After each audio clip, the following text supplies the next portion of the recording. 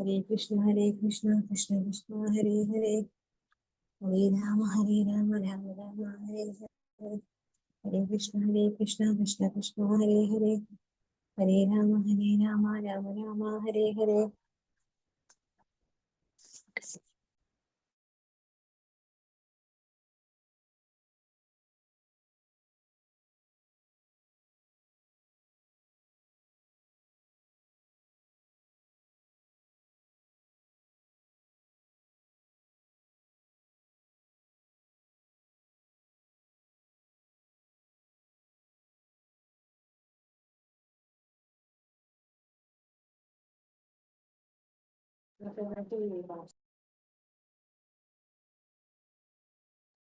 Hare Krishna, Krishna Krishna, Hare Hare, Hare Rama, Rama Rama, Hare Hare, Hare Krishna, Krishna Krishna, Hare Hare, Hare Rama, Rama Rama, Hare Hare, Hare Krishna, Krishna Krishna, Hare Hare, Hare Rama, Rama Rama, Hare Hare, Hare Krishna, Krishna Krishna, Hare Hare, Hare Rama, Rama Rama, Hare Hare, Hare Krishna, Krishna Krishna, Hare Hare, Hare Rama, Rama Rama, Hare Hare, Hare Krishna, Krishna Krishna, Hare Hare, Hare Rama, Rama Rama, Hare Hare, Hare Krishna, Krishna Krishna, Hare Hare, Hare Rama, Rama Rama, Hare Hare, Hare Krishna, Krishna.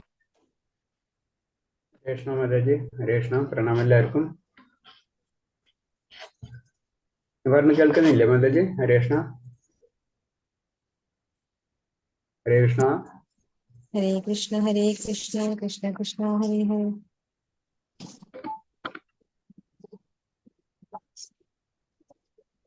Hare Krishna.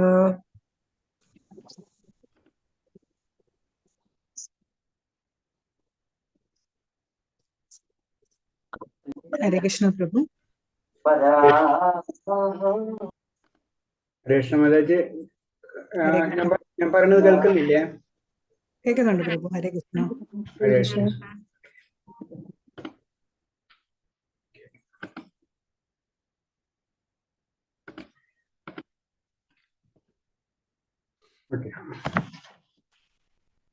Krishna, video കാണുന്നുണ്ടോ? Video കിട്ടുന്നുണ്ടോ മാതാജി?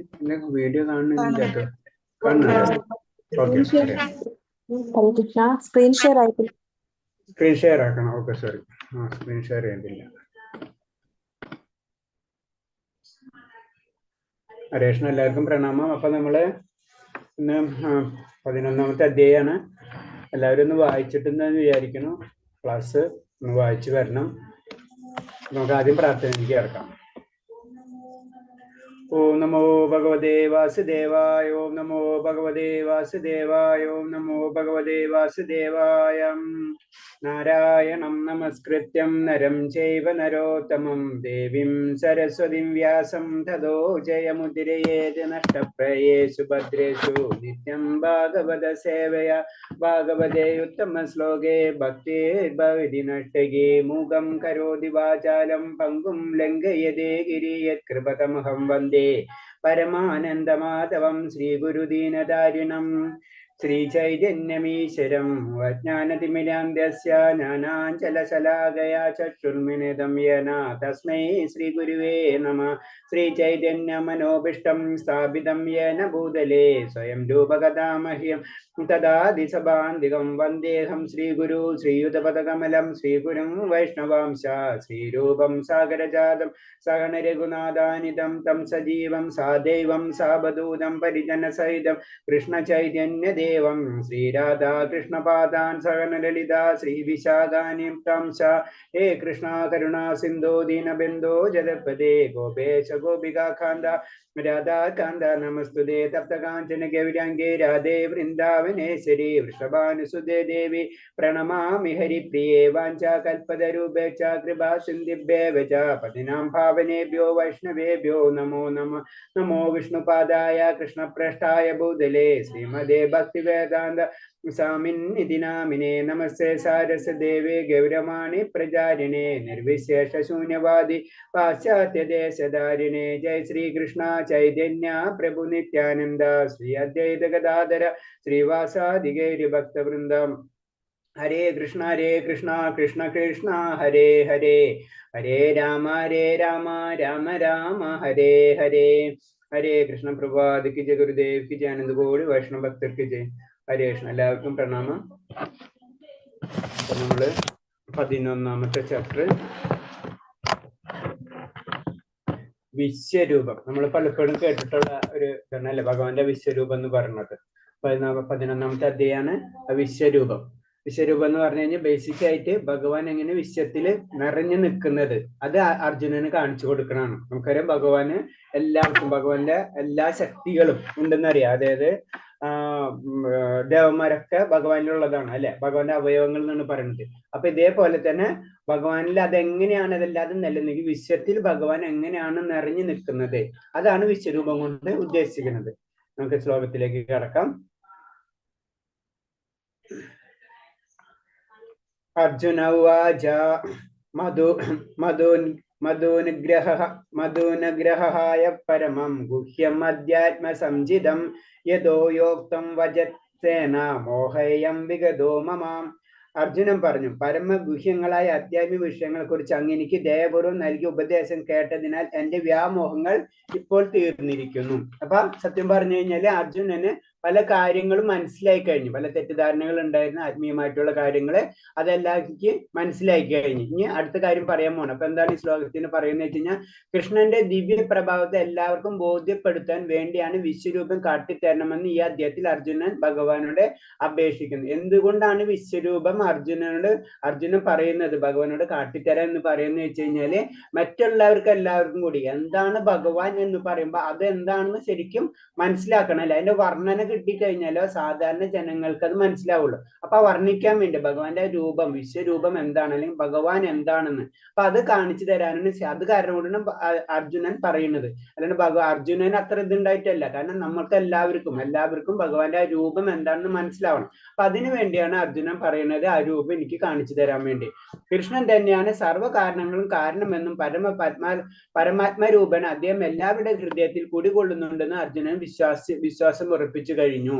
അപ്പൊ ഇതിന് പറയണെന്ന് വെച്ച് കഴിഞ്ഞാല്, ഇതില് ഭഗവാൻ എല്ലാത്തിന്റെ കാരണങ്ങൾ, സർവ്വ കാരണങ്ങൾക്കും കാരണം പരമാത്മരൂപേണ അദ്ദേഹം എല്ലാവരുടെയും ഹൃദയത്തിൽ കുടികൊള്ളുന്നു എന്ന് പറയുന്നു. അപ്പൊ ഈ വിശ്വരൂപത്തിനെ നമുക്ക് വേറെ രീതിയിൽ കാണാന്ന് വെച്ച് കഴിഞ്ഞാൽ, വിശ്വരൂപം നമുക്കറിയാം ഭഗവാൻ ഈ വിശ്വത്തിൽ എങ്ങനെയാണ് നിറഞ്ഞു നിൽക്കുന്നത് അല്ലെ, ആ ഭഗവാൻ തന്നെയാണ് നമ്മുടെ പരമാത്മാ രൂപത്തിൽ നമ്മുടെ ഹൃദയത്തിലുള്ളത് അല്ലെ. അപ്പൊ അതാണ് അതിന്റെ ഡിഫറൻസ്. ശരിക്കും പറയുമ്പോൾ സയൻസ് പരമായിട്ട് പറയുമ്പോൾ സയൻസിന് ഒരിക്കലും ആൻസർ കിട്ടാത്ത ഒരു കാര്യം അതാണ്. കാരണം നമുക്കറിയാം സാധാരണ ജനറൽ ഞാൻ എന്ന് പറയുന്നത് മാത്രമേ ഉള്ളൂ. ഇപ്പൊ നമുക്കറിയാം സയൻസിന്റെ സ്റ്റാർട്ടിംഗ് എന്ന് പറഞ്ഞ ബിഗ് ബാങ് ആണ് അല്ലെ, ഒരു പൊട്ടിത്തെറിയിൽ കൂടി പ്രപഞ്ചം ഉണ്ട്. അപ്പൊ അതിനു മുന്നേ എന്തായിരുന്നു, അപ്പൊ ആ ഒരു കൺസെപ്റ്റ്, അത് തിയറി അവർക്ക് കിട്ടണില്ല. അതേപോലെ തന്നെ നമ്മൾ ഉള്ളിലുള്ള കാര്യം എന്താണെന്ന് അവർക്ക് അറിയില്ല. അൾട്ടിമേറ്റ് നമ്മുടെ ബ്രെയിനിലെ ആക്ടിവിറ്റീസ് അതൊന്നും അറിയില്ല. അപ്പൊ ഉള്ളും പുറമെ അറിയില്ല. അതാണ് ശരിക്കും ഭഗവാൻ. അതാണ് നമുക്ക് ഇത് ഭഗവാൻ എന്ന് പറയുന്നത് വിശ്വരൂപിയാണ്. അതേപോലെ തന്നെ എന്താണ് നമ്മുടെ ഉള്ളിൽ ഇരിക്കുന്ന പരമാത്മാവും ഭഗവാൻ തന്നെയാണ്. അപ്പൊ ആ ഒരു കൺസെപ്റ്റ് ആണ്. അപ്പൊ സയൻസിന് ഒരിക്കലും മിസ്ത്രി എന്ന് പറയില്ല, മൈസ്ത്രി ആയിട്ട് ഇത് പറയാം, എന്താ പറയാ കിട്ടുക. അപ്പൊ ഒരിക്കലും അത് മനസ്സിലാക്കാൻ പറ്റാത്ത ഒരു പോയിന്റ് ആണ്. അപ്പൊ അത്ര ഇമ്പോർട്ടൻസ് ഉണ്ട്. ഇവര് പ്രത്യേകിച്ച് ഫോറിൻ സയന്റിസ്റ്റുകൾക്ക് ഈ ഇതൊക്കെ കിട്ടിക്കഴിഞ്ഞാൽ അവര് അതേ രീതിയിൽ അത് ചിന്തിക്കുക. അപ്പൊ അങ്ങനെ പല ശ്ലോകങ്ങൾ അതിനോട് ബന്ധപ്പെടുന്നു. അപ്പൊ നമ്മളെ സബ്ജക്ട് അതല്ല, ഞാൻ ജസ്റ്റ് ഒന്ന് പറയുന്നത് മാത്രമേ ഉള്ളൂ. അപ്പൊ എന്ന് പറഞ്ഞു വെച്ച് കഴിഞ്ഞാൽ, ഭഗവാൻ എന്ന് പറയുമ്പോൾ എല്ലാ കാരണങ്ങൾക്കും കാരണമാണ്. പരമാത്മാ രൂപേണ അദ്ദേഹം എല്ലായിടത്തും ഹൃദയത്തിൽ കുടികൊള്ളുന്നുണ്ടെന്ന് അർജുൻ വിശ്വാസം പറഞ്ഞു. അപ്പൊ എല്ലാത്തിന്റെ കാരണം എവിടെ എന്തുണ്ടാവണം അല്ല അതിന്റെ എല്ലാത്തിന്റെയും കാരണം ഭഗവാനാണ്. അതുകൊണ്ട് ഭഗവാൻ പുറത്തുണ്ട് അകത്തുണ്ട്. നമ്മുടെ സാധാരണ രീതിയിൽ നമ്മള് അയ്യപ്പത്തിന്റെ അകത്തു എന്ന് നമ്മൾ പറയുന്ന ഒരു ഇതുണ്ട്. അത് അയ്യപ്പൻ നിന്റെ അകത്തുണ്ട് എന്റെ അകത്തുണ്ട്. അപ്പൊ ആ കൺസെപ്റ്റ് തന്നെയാണ്. അപ്പൊ അതേപോലെ തന്നെ പുറത്തും ഭഗവാൻ തന്നെയാണ്. ഈ വിശ്വം മുഴുവനും ഭഗവാൻ വ്യാപിച്ചിരിക്കണം അല്ലെ. അതെങ്ങനെയാണെന്നാണ് ആ വിശ്വരൂപത്തിൽ കൂടെ അർജുനൻ കാണുന്നത്. അതാണ് ഇതിന്റെ മെയിൻ. അപ്പൊ പുറമുള്ളത് എങ്ങനെയാണ്, അകത്ത് പരമാത്മരൂപമുണ്ട് നമുക്കറിയാം, ഭഗവാന്റെ അംശങ്ങൾ, അത് നമുക്ക് മനസ്സിലായി കഴിഞ്ഞു. പുറമെ എങ്ങനെയാണ് വിശ്വരൂപത്തിൽ ഭഗവാൻ എങ്ങനെയാണ് നിലനിൽക്കുന്നത്, അതാണ് ഇതിൽ കാണിക്കുന്നത്. അടുത്ത ശ്ലോകം. ഭൂതാനം ശ്രുതോ വിസ്തരശോ മയാ ത്വദോ കമലപത്രാശ മഹാത്മബീജാവ്യയം. അല്ലയോ കമലാശ, ജീവജാലങ്ങളുടെ ഉദയാസ്മങ്ങളെ കുറിച്ച് വിശദമായി ഞാൻ അങ്ങയിൽ നിന്ന് കേട്ട് കഴിഞ്ഞു. അങ്ങയെ കുറിച്ച് വർണ്ണിച്ചു തീർക്കാനാവാത്ത വൈഭവങ്ങളെ ഞാൻ മനസ്സിലാക്കുകയും ചെയ്തു. കഴിഞ്ഞ അധ്യായത്തിൽ നമുക്ക് മനസ്സിലായി കഴിഞ്ഞു വെച്ച് കഴിഞ്ഞാൽ വിഭൂതി യോഗമായിരുന്നു അല്ലെ. അപ്പൊ അതില് പല കാര്യങ്ങളും ഭഗവാന്റെ ആ ശക്തിനെ പറ്റിയൊക്കെ ഭഗവാൻ വർണ്ണിച്ചു കഴിഞ്ഞിരുന്നു. അതെനിക്ക് മനസ്സിലായി കഴിഞ്ഞു. ഇനി ഭഗവാന്റെ ആ വിശ്വരൂപത്തെ കാണാൻ അർജുന ആഗ്രഹിക്കുകയാണ്. ഈ സമ്പൂർണ്ണ ജഗത്തിന്റെ ആവിർഭാവ തിരോഭാവങ്ങളുടെ പ്രഭവസ്ഥാനം ഭഗവാനാണ്. നമ്മൾ കഴിഞ്ഞ ഇതിൽ പഠിച്ചു അല്ലെ. കാരണം എന്ന് വെച്ച് കഴിഞ്ഞാൽ എല്ലാതും ഭഗവാനെ ക്ഷീരോദശായ വിഷ്ണു, ഗർഭദാശ വിഷ്ണു എന്നൊക്കെ പറഞ്ഞ് നമ്മൾ പഠിച്ചു. അപ്പൊ അതിന്റെ എല്ലാത്തിനും ഇനീഷ്യൽ സ്റ്റാർട്ടിങ് എവിടെന്നാ വരുന്നത്? അത് ശരിക്കും ഭഗവാനിൽ നിന്നാണ്. അതാണ് ഈ സമ്പൂർണ്ണ ജഗത്തിന്റെ ആവിർഭാവ തിരോഭാവങ്ങളുടെയും എല്ലാതും. അതേപോലെ തന്നെ സ്റ്റാർട്ടിങ് ചെയ്ത് അത് നമുക്കറിയാം, ബ്രഹ്മാണ്ടങ്ങൾ ഉണ്ടാവണം. ഭഗവാന്റെ ശാസ്ത്രത്തിന് ബ്രഹ്മാണ്ടങ്ങൾ ഉണ്ടാവണം. ഉള്ളിലേക്ക് എടുക്കുമ്പോ ബ്രഹ്മാണ്ടങ്ങളൊക്കെ നശിച്ചു പോകുന്നുണ്ട്. അപ്പൊ അതിന് സ്റ്റാർട്ടിങ്ങും എൻഡിങ്ങും ഭഗവാനിൽ നിന്നാണ്. എല്ലാത്തരം ആവിർഭാവ തിരോഭാവങ്ങളുടെ ഹേതുവാണെന്നെങ്കിലും അവയിൽ നിന്ന് വ്യത്യസ്തനാണ് കൃഷ്ണൻ എന്ന സത്യം അർജുനൻ ഗ്രഹിച്ചു കഴിഞ്ഞു. അപ്പൊ എല്ലാത്തിന്റെ കാരണം ഭഗവാൻ ആണെങ്കിലും ഇതിന്റെ ഒന്നുമല്ല. ഭഗവാൻ മാറി നിൽക്കുന്നത് പോലെയാണ്. ഭഗവാന്റെ നിയമങ്ങൾക്കനുസരിച്ച് കാര്യങ്ങൾ നടന്നു പോകുന്നു മാത്രമേ ഉള്ളൂ. ഭഗവാൻ അതിൽ നിന്ന് വ്യത്യസ്തനാണ്. ആ കാര്യം അടക്കം അർജുനൻ മനസ്സിലാക്കി കഴിഞ്ഞു. അതാണ് ഈ ശ്ലോകത്തിൽ കൂടെ പറയുന്നത്. മൂന്നാമത്തെ ശ്ലോകം. ഏവമേതദ്യഥാർത്ഥത്വം ആത്മനം പരമേശ്വരാദിഷ്ടമിച്ഛാമി തേ രൂപമൈശ്വരം പുരുഷോത്തമ. ഹേ പുരുഷോത്തമ, ഹേ പരമ്പൊരുളെ, അങ്ങ് തന്നെ സ്വയം വിവരിച്ചതുപോലെയുള്ള അവിടുത്തെ യഥാർത്ഥമായ സ്ഥിതിയിൽ ഞാൻ അങ്ങയെ എന്നെ മുന്നിൽ കാണുന്നുവെങ്കിലും ഈ ആവിഷ്കാരത്തിലെങ്ങും അങ്ങ് ഉൾച്ചേർന്ന് നിൽക്കുന്ന എങ്ങനെയെന്ന് കാണാൻ എനിക്ക് ആഗ്രഹമുണ്ട്. അങ്ങയുടെ ആ രൂപം എനിക്ക് കാണണം. അപ്പൊ പറഞ്ഞ അങ്ങയുടെ യഥാർത്ഥ രൂപം എന്ന് ക്ലിയർ കട്ട് അർജുനൻ പറഞ്ഞു കഴിഞ്ഞു. അപ്പൊ ഭഗവാന്റെ യഥാർത്ഥ രൂപം എന്ന് പറഞ്ഞെന്ന് വെച്ച് കഴിഞ്ഞാൽ ദുർബുജ രൂപമായ ശ്യാമസുന്ദര രൂപം തന്നെയാണ് ഈ ശ്ലോകത്തിൽ കൂടെ അർജുനൻ ക്ലിയർ ആയിട്ട് നമുക്ക് പറഞ്ഞു തരുന്നു. അപ്പൊ ഭഗവാൻ ഒരു രൂപം ഉണ്ടെന്നും ആ രൂപം ശരിക്കും ദുർബുജ രൂപമാണെന്നും നമുക്ക് മനസ്സിലായി. ഭഗവാന്റെ ശ്യാമസുന്ദര രൂപമാണ് ഫസ്റ്റ് ഫിഗർ. അത് നമുക്ക് മനസ്സിലായി കഴിഞ്ഞു. അതിന് അർജുനൻ പറഞ്ഞു. അപ്പൊ ഈ ശ്ലോകത്തിൽ തന്നെ വേറെ എന്തൊക്കെ പറഞ്ഞാലും ഈ ശ്ലോകത്തിൽ കൂടെ ക്ലിയർ ആയിട്ട് പറഞ്ഞു തന്നെ അങ്ങയുടെ രൂപം എന്ന് പറഞ്ഞു കഴിഞ്ഞാൽ അങ്ങയുടെ യഥാർത്ഥ സ്ഥിതി ഞാൻ അങ്ങ് എന്നെ മുന്നിൽ കാണുന്നു എങ്കിലും എന്ന് പറഞ്ഞു കഴിഞ്ഞാൽ അപ്പൊ ശരിക്കും ആ രൂപം എന്ന് പറഞ്ഞാൽ സാധാരണ മനുഷ്യ രൂപം തന്നെയാണ് ഭഗവാന്റെ രൂപം എന്ന് നമുക്ക് മനസ്സിലാവണം. ഇത് അങ്ങനെയാണ് നമ്മൾ ഈ ശ്ലോകങ്ങൾ മനസ്സിലാക്കേണ്ടത്. എന്നിട്ട് പറയുന്നത് അങ്ങനെയാണെങ്കിലും അങ്ങ് ഈ അങ്ങ് എല്ലാത്തിന്റെ സൃഷ്ടിയുടെ കാരണമുണ്ട്. അങ്ങ് എങ്ങനെയാണ് വിശ്വരൂപത്തില് മുഴുവനും നിറഞ്ഞിരിക്കുന്നത്? അതെങ്ങനെയാണെന്ന് പറയൂ എന്നാണ് കാണിച്ചു തരൂ എന്നാണ് പറയുന്നത്.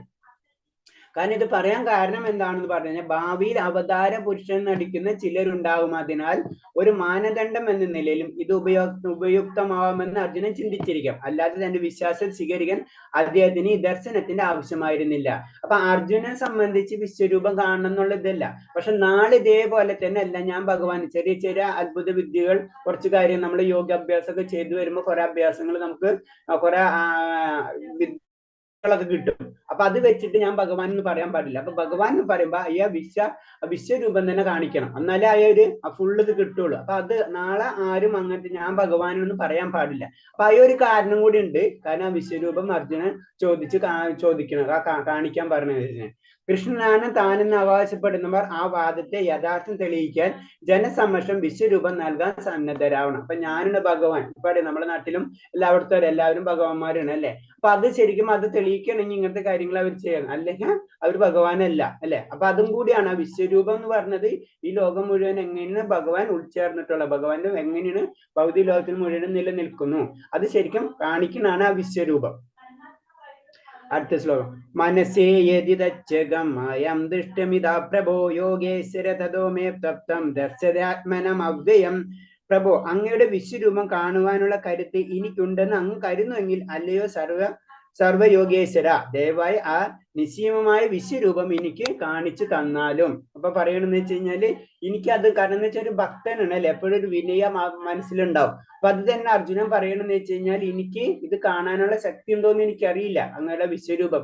അപ്പൊ അത് എനിക്ക് ഉണ്ടെന്ന് അങ്ങക്ക് മനസ്സിലാകുന്നുണ്ടെങ്കിൽ എനിക്ക് ആ വിശ്വരൂപം കാണിച്ചു തരും. അതാണ് ഒരു ഭക്തൻ എപ്പോഴും ഏറ്റവും വലിയ ക്വാളിറ്റി എന്ന് പറഞ്ഞാൽ വിനയാണ്. നമുക്ക് എനിക്കത് ഭഗവാൻ ഇത് കാണിച്ചു തരാനല്ല പറഞ്ഞു, എനിക്ക് അതിന് കഴിവുണ്ടെങ്കിൽ എനിക്കത് കാണിച്ചു തരൂ എന്നാണ് പറയുന്നത്. അപ്പൊ ഇതിൽ പറഞ്ഞ ശ്രീകൃഷ്ണ ഭഗവാനെ ഭൗതിക കേന്ദ്രങ്ങളാൽ കാണാനോ കേൾക്കാനോ മനസ്സിലാക്കാനോ ഗ്രഹിക്കാനോ ആർക്കും സാധ്യമല്ല. ആദ്യം മുതൽക്കേ പ്രേമപൂർണമായ അതീന്ദ്ര സേവനം നിർവഹിച്ചു പോരുന്ന ഭക്തന് മാത്രം ഭഗവത് ദർശനം സിദ്ധിക്കൂ എന്ന് പറഞ്ഞു. അപ്പൊ നമുക്ക് അതാണ് മനസ്സിലാക്കേണ്ടത്. നമ്മൾ ഒരിക്കലും ഭഗവാനെ കണ്ണുകൊണ്ടോ നമുക്ക് കേൾക്കൊണ്ടോ നമ്മളൊന്നും ചെയ്യാൻ പറ്റില്ല. ഭഗവാൻ അങ്ങനെ കാണാൻ കഴിയില്ല. ഭഗവാനെ കാണാൻ കഴിയണമെങ്കിൽ നമുക്ക് അതീന്ദ്രിയമായിട്ടുള്ള ഒരു പവർ നമുക്ക് കിട്ടണം. അതാണ് അതീന്ദ്രിയ ഇന്ദ്രിയങ്ങൾക്ക് അപ്പുറത്താണ് ഭഗവാന്റെ ശക്തി. അത് നമ്മൾ ആ ലെവലിലേക്ക് ഉയർന്നാലേ നമുക്ക് ഭഗവാനെ കാണാൻ കഴിയുള്ളൂ. നമ്മൾ ഉൾക്കണ്ണുകൊണ്ടാണ് ഭഗവാനെ കാണേണ്ടത്. അതാണ് പറഞ്ഞത്. അത് അതീന്ദ്രിയ സേവനം നിർവഹിച്ച ഒരു ഭക്തന് മാത്രമേ ഭഗവത് ദർശനം ലഭിക്കുന്നു. ഒരു ഭക്തന് മാത്രമേ ഭഗവാന്റെ ദർശനം ലഭിക്കുള്ളൂ. അല്ലാത്തവർക്ക് ഒരിക്കലും ഭഗവാന്റെ ദർശനം കഴിക്കില്ല. കാരണം നമ്മൾ പതുക്കെ അതല്ല നമ്മൾ പറഞ്ഞത്, സത്വഗുണത്തിലേക്കെങ്കിലും ഉയരണം. നമ്മൾ സത്വഗുണത്തിൽ നിന്ന് വിശുദ്ധ സത്വഗുണത്തിലേക്ക് ഉയർന്നാൽ മാത്രമേ ആ ഭഗവാന്റെ പരിപൂർണമായ ദർശനം നമുക്ക് ലഭിക്കുള്ളൂ. അല്ലാന്ന് വെച്ചാൽ നമ്മൾ എല്ലാവരും ചെയ്യേണ്ടത് എന്താണ്? നമ്മൾ ഭക്തി പ്രാക്ടീസ് ചെയ്തുകൊണ്ടിരിക്കുകയാണ് അല്ലെ. അതിൽ നമുക്ക് കുറെ ബൈ പ്രോഡക്ട്സ്, കുറെ ബെനിഫിറ്റ്സുകൾ നമുക്ക് കിട്ടുന്നുണ്ട് അല്ലെ. നമ്മൾ ഉയർന്നു പോകണം, നമുക്ക് അടുത്ത ജന്മത്തിൽ അതിന്റെ ജന്മങ്ങൾ കിട്ടും, ഇങ്ങനെ കുറെ കാര്യങ്ങളുണ്ട്. പക്ഷെ അൾട്ടിമേറ്റ് ആയിട്ട് നമ്മളായ പോയിന്റിലേക്ക് എത്തി, ഭക്തൻ എന്നുള്ള ലെവലിലേക്ക് എത്തുമ്പോഴോ ശരിക്കും ഭഗവാന്റെ ആ ദർശനം നമുക്ക് ലഭിക്കുള്ളൂ. അതാണ് ഇതിൽ പറഞ്ഞത്. ഭഗവാൻ അചിന്ത്യ പ്രഭാവശാലി, അതിനെ യോഗേശ്വരൻ എന്ന് സൂചിപ്പിക്കുന്ന അചിന്ത്യനാണ് അല്ലെ ഭഗവാൻ. നമുക്ക് ചിന്തിക്കുന്നതിന് അപ്പുറത്താണ് ഭഗവാന്റെ ശക്തി. നമുക്ക് അതിനെപ്പറ്റി ചിന്തിക്കാനേ കഴിയില്ല. കാരണം ഇത്രയും തന്നെ ആലോചിച്ചാൽ നോക്കിയേ, ഭഗവാൻ ഈ ഭഗവാൻ തന്നെയാണ് ഈ ഭൗതിക ലോകത്തിന് മുഴുവൻ ഉൾച്ചേർന്നിട്ടുള്ളത് അല്ലെ, ഉൾപൂകിയിട്ടുള്ളത്. എല്ലാതും ഭഗവാനിൽ ഉൾക്കൊള്ളുന്ന രൂപമാണ് വിശ്വരൂപം എന്ന് പറയുന്നത്. അതും ഭഗവാനാണ്. നമ്മളെ ഉള്ളിലിരിക്കുന്ന പരമാത്മാ രൂപത്തിൽ ഇരിക്കുന്നതും ഭഗവാനാണ്. ആ ഭഗവാന്റെ തന്നെ ഒരു അംശമാണ് നമ്മൾ ജീവാത്മാവ്. അപ്പൊ ഇതൊക്കെ നമ്മൾ ചിന്തിക്കുന്നതിന് അപ്പുറത്താണ്. അതാണ് അത് യോഗീശ്വരൻ എന്നുള്ള വേർഡ് കൊണ്ട് അവിടെ പറയുന്നത്. അടുത്ത ശ്ലോകം. ശ്രീ ഭഗവാനുവാച പശ്യാമേ പാർത്ഥരൂപാണി യഥസ്ഥോ സഹസ്രസ്ര നാനാവിധാനി ദിവ്യാനി നാനാവർണകൃതീന ച. പരമദുമയത്വ പുരുഷൻ പറഞ്ഞു, പ്രിയപ്പെട്ട അർജുന, പല വർണ്ണങ്ങളിലും പല ആകൃതികളും എൻ്റെ 1000 ദിവ്യരൂപങ്ങൾ നീ കണ്ടുകൊള്ളുക. അപ്പൊ ഭഗവാൻ ഒരു രൂപമല്ല, 1000 ദിവ്യ രൂപങ്ങൾ ഭഗവാനുണ്ട്. നമുക്ക് ഇപ്പം മനസ്സിലാണ് ഭഗവാന്റെ രൂപങ്ങള് എണ്ണിയാൽ ഒടുങ്ങാത്തതാണ്. അതാണ് 1000 എന്ന് പറയുന്നത്. അപ്പൊ ഭഗവാന്റെ അവതാരങ്ങൾ നമ്മൾ ദശാവതാരം. ഇതിൽ തന്നെ മനസ്സിലായി ഭഗവാന്റെ അവതാരങ്ങൾക്ക് എണ്ണമില്ല എന്ന് പറയുന്നത്. അപ്പൊ അത് ഈ വിശ്വരൂപത്തിൽ തന്നെ 1000 രൂപങ്ങളാണ് ഭഗവാൻ അർജുനന് കാണിച്ചു കൊടുക്കണം. അപ്പൊ അതാണ് അതിന്റെ പ്രത്യേകത. ഒരു ഭക്തന് സാധാരണ ഈ രൂപത്തിൽ ഭഗവാനെ ദർശിക്കും വിശേഷ താല്പര്യം ഉണ്ടാവാറില്ല. അത് എന്ന് പറയുന്നത് വെച്ച് കഴിഞ്ഞാൽ ശരിക്കും ഒരു പ്യൂർ ആയിട്ടുള്ള അത്തരം പ്യൂർ ആയി കഴിഞ്ഞാൽ ആ ഭഗവാന്റെ ഒറിജിനൽ രൂപം എന്ന് പറഞ്ഞാൽ ശ്യാമസുന്ദര രൂപമാണ്. അപ്പൊ ഈ വിശ്വരൂപമല്ല അത് പറഞ്ഞു. അപ്പൊ അങ്ങനത്തെ അതെന്ന് പറഞ്ഞാൽ താല്പര്യം ഉണ്ടാവില്ല എന്ന് പറഞ്ഞത്. കാരണം ഭഗവാൻ ഈ വിശ്വരൂപത്തിൽ ആഗ്രഹിക്കുന്നില്ല. ഒരു സാധാരണ മനുഷ്യനെ പോലെ അല്ലെങ്കിൽ അങ്ങനത്തെ ലെവലിൽ കണ്ടിട്ട് തന്നെ ആരാധിക്കാനാണ് ഒരു ഭക്തൻ ഇഷ്ടപ്പെടുക. അതെന്ന് പറഞ്ഞാൽ ഒരു ഭക്തൻ ഒരിക്കലും ഈ വിശ്വരൂപം ദർശിക്കാൻ ആഗ്രഹം ഉണ്ടാവില്ല. അതാണ് അർജുനന് ശരിക്കും ഭഗവാൻ അങ്ങനത്തെ രൂപത്തിൽ ദർശിക്കാൻ ആഗ്രഹമില്ല. നാളത്തെ കാര്യം ആലോചിച്ചിട്ട് അതിനങ്ങനെ ചെയ്യുന്നതാണ്. വിശ്വരൂപം ഭഗവാനെ കൊണ്ട് കാണിപ്പിക്കുന്നതാണ്, അല്ലെ ഭഗവാൻ തന്നെ അത് ചെയ്യുന്നതാണ്. ഇൻഡയറക്റ്റ് ആയിട്ട് പറഞ്ഞു കഴിഞ്ഞാൽ ഭഗവത് കരുണ മൂലം കാണാനുള്ള കഴിവ് സിദ്ധിച്ചവരൊക്കെ ആർക്കും ഈ രൂപം ദൃശ്യമാവില്ലതാനും. ഈ ഒരു രൂപം തന്നെ എന്താണ്? ഈ വിശ്വരൂപം തന്നെ സാധാരണ മറ്റുള്ളവർക്ക് കാണാൻ കഴിയില്ല. അതിന് തന്നെ ഒരു കഴിവ് സിദ്ധിക്കണം എന്നാണ് പറയുന്നത്. പശ്യദ്ധാൻ വാസുൻ രുദ്ര അനശ്വിനമരുതസ്തദാ ബഹൂനനുഷ്ഠാന പൂർവാണി പശ്യാരാണിനി ഭാരത. ഭാരതശ്രേഷ്ഠ, ഇതാ ആദിത്യൻ, വസുക്കൾ, രുദ്രന്മാർ, അശ്വിനി ദേവന്മാർ, മരുത്തുക്കൾ, ദേവതന്മാർ തുടങ്ങിയ ഇതിനു മുന്നും മറ്റാരും കേട്ടിട്ടും കണ്ടിട്ടുമില്ലാത്ത ആശ്ചര്യങ്ങൾ പലതും ദർശിച്ചു കൊള്ളുക. അപ്പൊ ഇതില് ഭഗവാൻ ആ രൂപം കാണിക്കുമ്പോൾ ദേവതന്മാർ, അപ്പൊ ദേവന്മാര് മുഴുവനും, രുദ്രന്മാർ അപ്പൊ രുദ്രന്മാര് മുഴുവനും, അതേപോലെ തന്നെ അശ്വിനി ദേവന്മാർ, മരുത്തുക്കൾ, ദേവതകൾ, ആദിത്യർ, ഇവരെല്ലാതും ഭഗവാന്റെ രൂപത്തില് കാണണം. അതാണ് കൃഷ്ണന്റെ ആത്മസുഹൃത്തും അഭിജ്ഞാനമാണെങ്കിലും കൃഷ്ണനെ കുറിച്ചുള്ള അറിവ് പരിപൂർണമല്ല. കാരണം എന്ന് വെച്ചാൽ ശരിക്കും സുഹൃത്താണ്, ഭക്തനാണ്. എന്നിൽ കൂടിയും ഭഗവാൻ എന്താണെന്ന് ശരിക്കും അർജുനന് മനസ്സിലായിട്ടില്ല. കാരണം ഭഗവാന്റെ വിശ്വരൂപം കാണുമ്പോ പിന്നീട് ഒരു ശ്ലോകങ്ങളിൽ ഭഗവാൻ ഇതാണോ എന്നുള്ള അർജുനായ ആശ്ചര്യം വരുന്നുണ്ട്. അപ്പൊ ഇത് തന്നെ ശരിക്കും ഇപ്പോഴും അർജുനന് മനസ്സിലാണ് ഭഗവാൻ എന്ന് പറഞ്ഞാൽ എന്താണെന്ന് ഇപ്പൊ ഭഗവാൻ അർജുനന് മനസ്സിലാവണം. അപ്പൊ ശരിക്കും ആ കൃഷ്ണനെ കുറിച്ചിട്ടുള്ള ആ പരിപൂർണമായിട്ടുള്ള ജ്ഞാനം ഇപ്പോഴും അർജുനനില്ല. അത് ശരിക്കും പറഞ്ഞാലേ ഭഗവാനെ അറിയണമെങ്കിൽ ഭഗവാന് മാത്രമേ അറിയാൻ പറ്റുള്ളൂ, മറ്റുള്ളവർക്കും ആർക്കും അറിയാൻ പറ്റില്ല. അതാണ് ഭഗവാന്റെ ശക്തി. ഭഗവാന്റെ നാനാ രൂപങ്ങളെയും ആവിർഭാവങ്ങളെയും പൂർണ്ണമായി കേട്ടിട്ട് അറിഞ്ഞിട്ടുള്ള മനുഷ്യരില്ല. അപ്പൊ ഭഗവാന്റെ നാനാ രൂപം ആവിർഭാവങ്ങൾ അപ്പൊ നമുക്ക് പറയാം അനന്തമാണ് ഭഗവാന്റെ ശക്തി. അതിന് ഭഗവാന്റെ ഗുണ ലീല നാം ഇതൊക്കെ ഒന്ന് തന്നെയാണെന്ന് അത് നമുക്ക് മനസ്സിലാക്കാൻ പറ്റില്ല. അതുപോലെ തന്നെ ആവിർഭാവം എന്തിനാണ് ഭഗവാൻ ആവിർഭവിക്കണമെന്നൊന്നോ നമുക്ക് സാധാരണ മനുഷ്യർക്കൊന്നും മനസ്സിലാവില്ല. അത് കേട്ടിട്ട് പോലും ഉണ്ടാവില്ല അതിന്റെ കാര്യങ്ങൾ. അതാണ് ഈ ശ്ലോകത്തിൽ പറയുന്നത്. അടുത്ത ശ്ലോകം. ഇഹൈകസ്തം ജഗത് കൃഷ്ണം പശ്ചാത് സചരാചരം മേ ദേഹഗുഡേ ഗേശ യശ്ചന്നാദൃഷ്ടമിച്ഛസി. അല്ലേ അർജുന, നീ കാണിക്കാൻ ഇച്ഛിക്കുന്നതെന്തും ഇപ്പോൾ തന്നെ, കാണാൻ ഇച്ഛിക്കുന്നതും ഇപ്പോൾ തന്നെ എന്റെ ശരീരത്തിൽ കണ്ടുകൊള്ളുക. നീ ഇപ്പോൾ കാണാൻ ആഗ്രഹിക്കുന്നത് മാത്രമല്ല മേലിൽ കാണാൻ ആഗ്രഹിച്ചേക്കുന്നത് പോലും സർവ്വചരാങ്ങളും ഇവിടെ ഞാൻ ഒത്തിണങ്ങിയിരിക്കുന്നു. അപ്പൊ ഇത് പറയണമെന്ന് വെച്ച് കഴിഞ്ഞാൽ നമുക്കിത് പറയുന്നത് വെച്ച് കഴിഞ്ഞാൽ അർജുനന്റെ ആഗ്രഹങ്ങൾ മുഴുവനും ഭഗവാന് മനസ്സിലാവുന്നുണ്ടല്ലേ ഈ ശ്ലോകത്തിൽ കൂടി. അപ്പൊ അതിന് പറഞ്ഞ നിന്നെ എന്താ കാണാൻ ആഗ്രഹിക്കുന്നത് അതും ഇപ്പൊ കണ്ടോളാം, ഇനി നാളെ കാണാൻ എന്തൊക്കെ ആഗ്രഹിച്ചിരിക്കുന്നത് അത് മുഴുവനും കണ്ടുകൊള്ളാൻ. അപ്പൊ അത്ര പറയില്ലേ, പ്രസന്റ് ഫ്യൂച്ചർ പാസ്റ്റ് ഇതല്ലാണ്ട് ഒന്നിച്ചാണ് ഭഗവാൻ. അതാണ് അത് മുഴുവനും നീ കണ്ടുകൊള്ളാന്ന് പറഞ്ഞു. അതാണ് നമുക്ക് മനസ്സിലാവാത്ത കാര്യങ്ങൾ. ഇതൊക്കെ ഇങ്ങനത്തെ ശ്ലോകങ്ങളാണ് വളരെ കോൺട്രഡിക്റ്റഡ് ആയിട്ടുള്ള ശ്ലോകങ്ങൾ എന്ന് പറയുന്നത്. ഇതൊക്കെ വളരെ ശ്രദ്ധിച്ചെടുത്തു കഴിഞ്ഞാൽ അതിൽ കുറെ ഇന്റേണൽ കുറെ മീനിങ്സുകൾ കണ്ടുപിടിക്കാൻ പറ്റും. അപ്പൊ കഴിഞ്ഞതോ സംഭവിച്ചുകൊണ്ടിരിക്കുന്നതോ ഭാവിയിൽ സംഭവിക്കുന്നത് ഏതും ദർശിക്കാനുള്ള കഴിവ് കൃഷ്ണന് അർജുനൻ നൽകി. അപ്പൊ പാസ്റ്റ് പ്രസന്റ് ഫ്യൂച്ചർ ഇത് മൂന്നും കാണാനുള്ള കഴിവ് അർജുനന് ഭഗവാൻ കൊടുക്കണം. അപ്പൊ അതാണ് ഭഗവാൻ. നമ്മൾ അങ്ങനെ അതായത് അതിന് സൃഷ്ടി സ്ഥിതി സംഹാരം അല്ലെങ്കിൽ ആദ്യം മദ്യം അവസാനം ഇതാണ് ഭഗവാൻ. എല്ലാത്തിന്റെ അൾട്ടിമേറ്റ് ഭഗവാനാണ്. അതെന്താണെന്നാണ് വിശ്വരൂപം കാണിച്ചു കൊടുക്കുന്നത്. അതാണ് വിശ്വരൂപം. അവസാനം തുടക്കം തൊട്ട് അവസാനം വരെ എന്താണ് അതാണ് വിശ്വരൂപത്തിൽ കാണിക്കുന്നത്. അപ്പൊ ഇത് സാധാരണ ജനങ്ങൾക്ക് കാണാൻ കഴിയില്ല. അതിന് തന്നെ ഭഗവാൻ കാണാൻ ആ ശക്തി അർജുനന് കൊടുക്കാണ്. അപ്പൊ ഒരു ദിവ്യദൃഷ്ടി കൊടുത്തതിന് ശേഷം മാത്രമാണ് അർജുനന് ഇത് ഭഗവാനെ തന്നെ കാണാൻ കഴിയുന്നത്. അത് സാധാരണ എല്ലാവർക്കും ലഭിക്കില്ല അങ്ങനത്തെ ശക്തി. ഭഗവാന്റെ കരുണ ഉണ്ടെങ്കിൽ മാത്രമേ അത് ലഭിക്കുകയുള്ളൂ. അതാണ് പറയുന്നത്. അപ്പൊ ആ ശക്തിനെ പറ്റിയാണ് അത് പറയുന്നത്. പിന്നെ നാതു മാം സഖ്യേസ്യ ദ്രേഷ്ഠ മനന്നൈവ ചോ സശുഷാ ദിവ്യം തദാമിതേ ദശ്രു പശ്യാമി യോഗമൈശ്വര്യം. ഒരു ശുദ്ധ ഭക്തൻ കൃഷ്ണന്റെ ദുഭജത്ത് രൂപത്തിലല്ലാതെ വേറെ രൂപത്തിലും കാണാൻ ഇഷ്ടപ്പെടുന്നില്ല.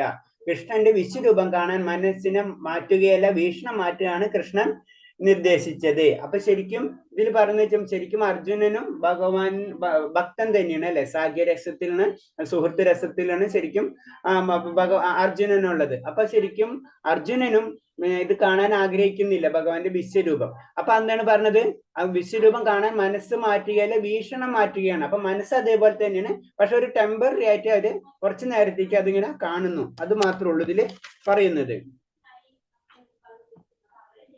അടുത്ത ശ്ലോകം. സഞ്ജയ് ഉവാച ഏവമുക്ത തതോ രാജൻ മഹായോഗേശ്വരോ ഹരി ദർശയാമാം പാർത്ഥായ പരമം രൂപമൈശ്വര്യം. സംജയം പറഞ്ഞു, അല്ലേ രാജാവേ, ഇങ്ങനെ പറഞ്ഞിട്ട് യോഗേശ്വരനായ കൃഷ്ണൻ ഭഗവാൻ തന്റെ ദിവ്യമായ വിശ്വരൂപം അർജുനന് പ്രത്യക്ഷപ്പെടുത്തു. അപ്പൊ ഇങ്ങനെ പറഞ്ഞിട്ട് കാരണം എന്ന് വെച്ച് കഴിഞ്ഞാല് ഇത് സാധാരണ ഇത് മറ്റുള്ളവർക്ക് കാണാൻ പറ്റില്ല. അയാൾ ദിവ്യ ചക്ഷുസ് കൊടുത്തതിന് ശേഷമാണ്. അപ്പൊ അങ്ങനെ അർജുനന് ആ ദിവ്യ ചക്ഷുസ് കൊടുക്കുകയാണ്. അങ്ങനെ ദിവ്യ ചക്ഷുസ് കൊടുത്തതിന് ശേഷം ഭഗവാന്റെ രൂപം കാണിച്ചു കൊടുക്കുകയാണ്. അപ്പൊ ആ രൂപം എന്ന് പറയുന്നത് അനേക വക്രനയന അനേക അത്ഭുത ദർശനം അനേക ദിവ്യാഭരണം ദിവ്യാനേകധ്യായതം ദിവ്യമാലാംബരം ധരം ദിവ്യഗന്ധാനുലേപനം സർവൈശ്വരമയം ദേവമനന്തം വിശ്വതോമുഖം. അപ്പൊ ആ രൂപത്തെ പറ്റി വർണ്ണിക്കണേ. ആ വിശ്വഭാപ്തമായ രൂപത്തിൽ എണ്ണമറ്റ മുഖങ്ങളും കണ്ണുകളും എണ്ണമറ്റ അത്ഭുത ദൃശ്യങ്ങളും അർജുനൻ കണ്ടു.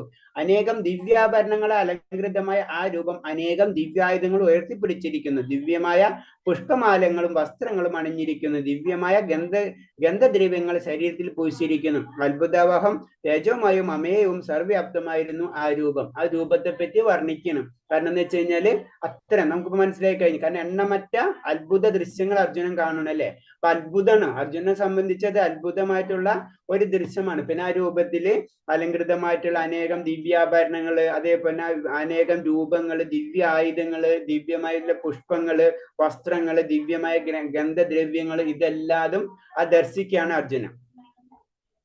അടുത്ത ശ്ലോകം. ഓക്കെ, അതിൽ പ്രപഞ്ചത്തിലെങ്ങും ചിതറിക്കിടക്കുന്ന ആവിഷ്കാരം കൃഷ്ണന്റെ കാരുണ്യത്താൽ ഒരിടത്തിരുന്നു കൊണ്ടെന്ന് തന്നെ ഒരേ സമയം അർജുനന് കാണാൻ സാധിച്ചത് കൃഷ്ണന്റെ മഹാപ്രഭാവമാണ് ഇതിന് കാരണം. അപ്പൊ അർജുനൻ ഒരു സ്ഥലത്ത് ഇരുന്നുകൊണ്ടാണ് എല്ലാതും കാണുന്നത്. അത് സാധാരണ രീതിയിൽ നമുക്ക് ഇവിടെ ഇരുന്നിട്ട് അമേരിക്ക കാണാൻ പറ്റില്ലല്ലോ. അപ്പൊ അത് തന്നെ ആ ഒരു ശക്തി അർജുനന് കൊടുത്ത കാരണം കൊണ്ടാണ് അർജുനൻ എല്ലാതും ഒരേ സമയത്ത് എല്ലാതും കാണാൻ കഴിയുന്നത്. സഞ്ജയനോ ധൃതരാഷ്ട്രം ആ സമയത്ത് രണാങ്കണത്തിലായിരുന്നില്ല. എങ്കിലും അവിടെ നടക്കുന്നതെല്ലാം വ്യാസന്റെ അനുഗ്രഹം കൊണ്ട് സഞ്ജയന് കാണാൻ കഴിഞ്ഞു. കാരണം സഞ്ജയന് ഒരു ശക്തി കൊടുത്തിട്ടുണ്ടല്ലോ വ്യാസദേവൻ. അപ്പൊ ആ വ്യാസദേവൻ ആ ശക്തി കൊടുത്തുള്ള ചക്ഷുസ്, ദിവ്യമായിട്ടുള്ള ചക്ഷുസ് കാരണം കൊണ്ടാണ് രണാങ്കണത്തിലുള്ള കാര്യങ്ങൾ ശരിക്കും സഞ്ജയൻ കാണുന്നത്. അതാണ് പറയുന്നത്. ഊഹിക്കാനാവാത്ത ഒരു പ്രതിഭാസത്തോടെ 1000 സൂര്യന്മാർ ഒരുമിച്ചുള്ള ഉദയത്തോട് ഉപയോഗിച്ചുകൊണ്ട് അദ്ദേഹം അക്കാര്യം നിർവഹിക്കുന്നു.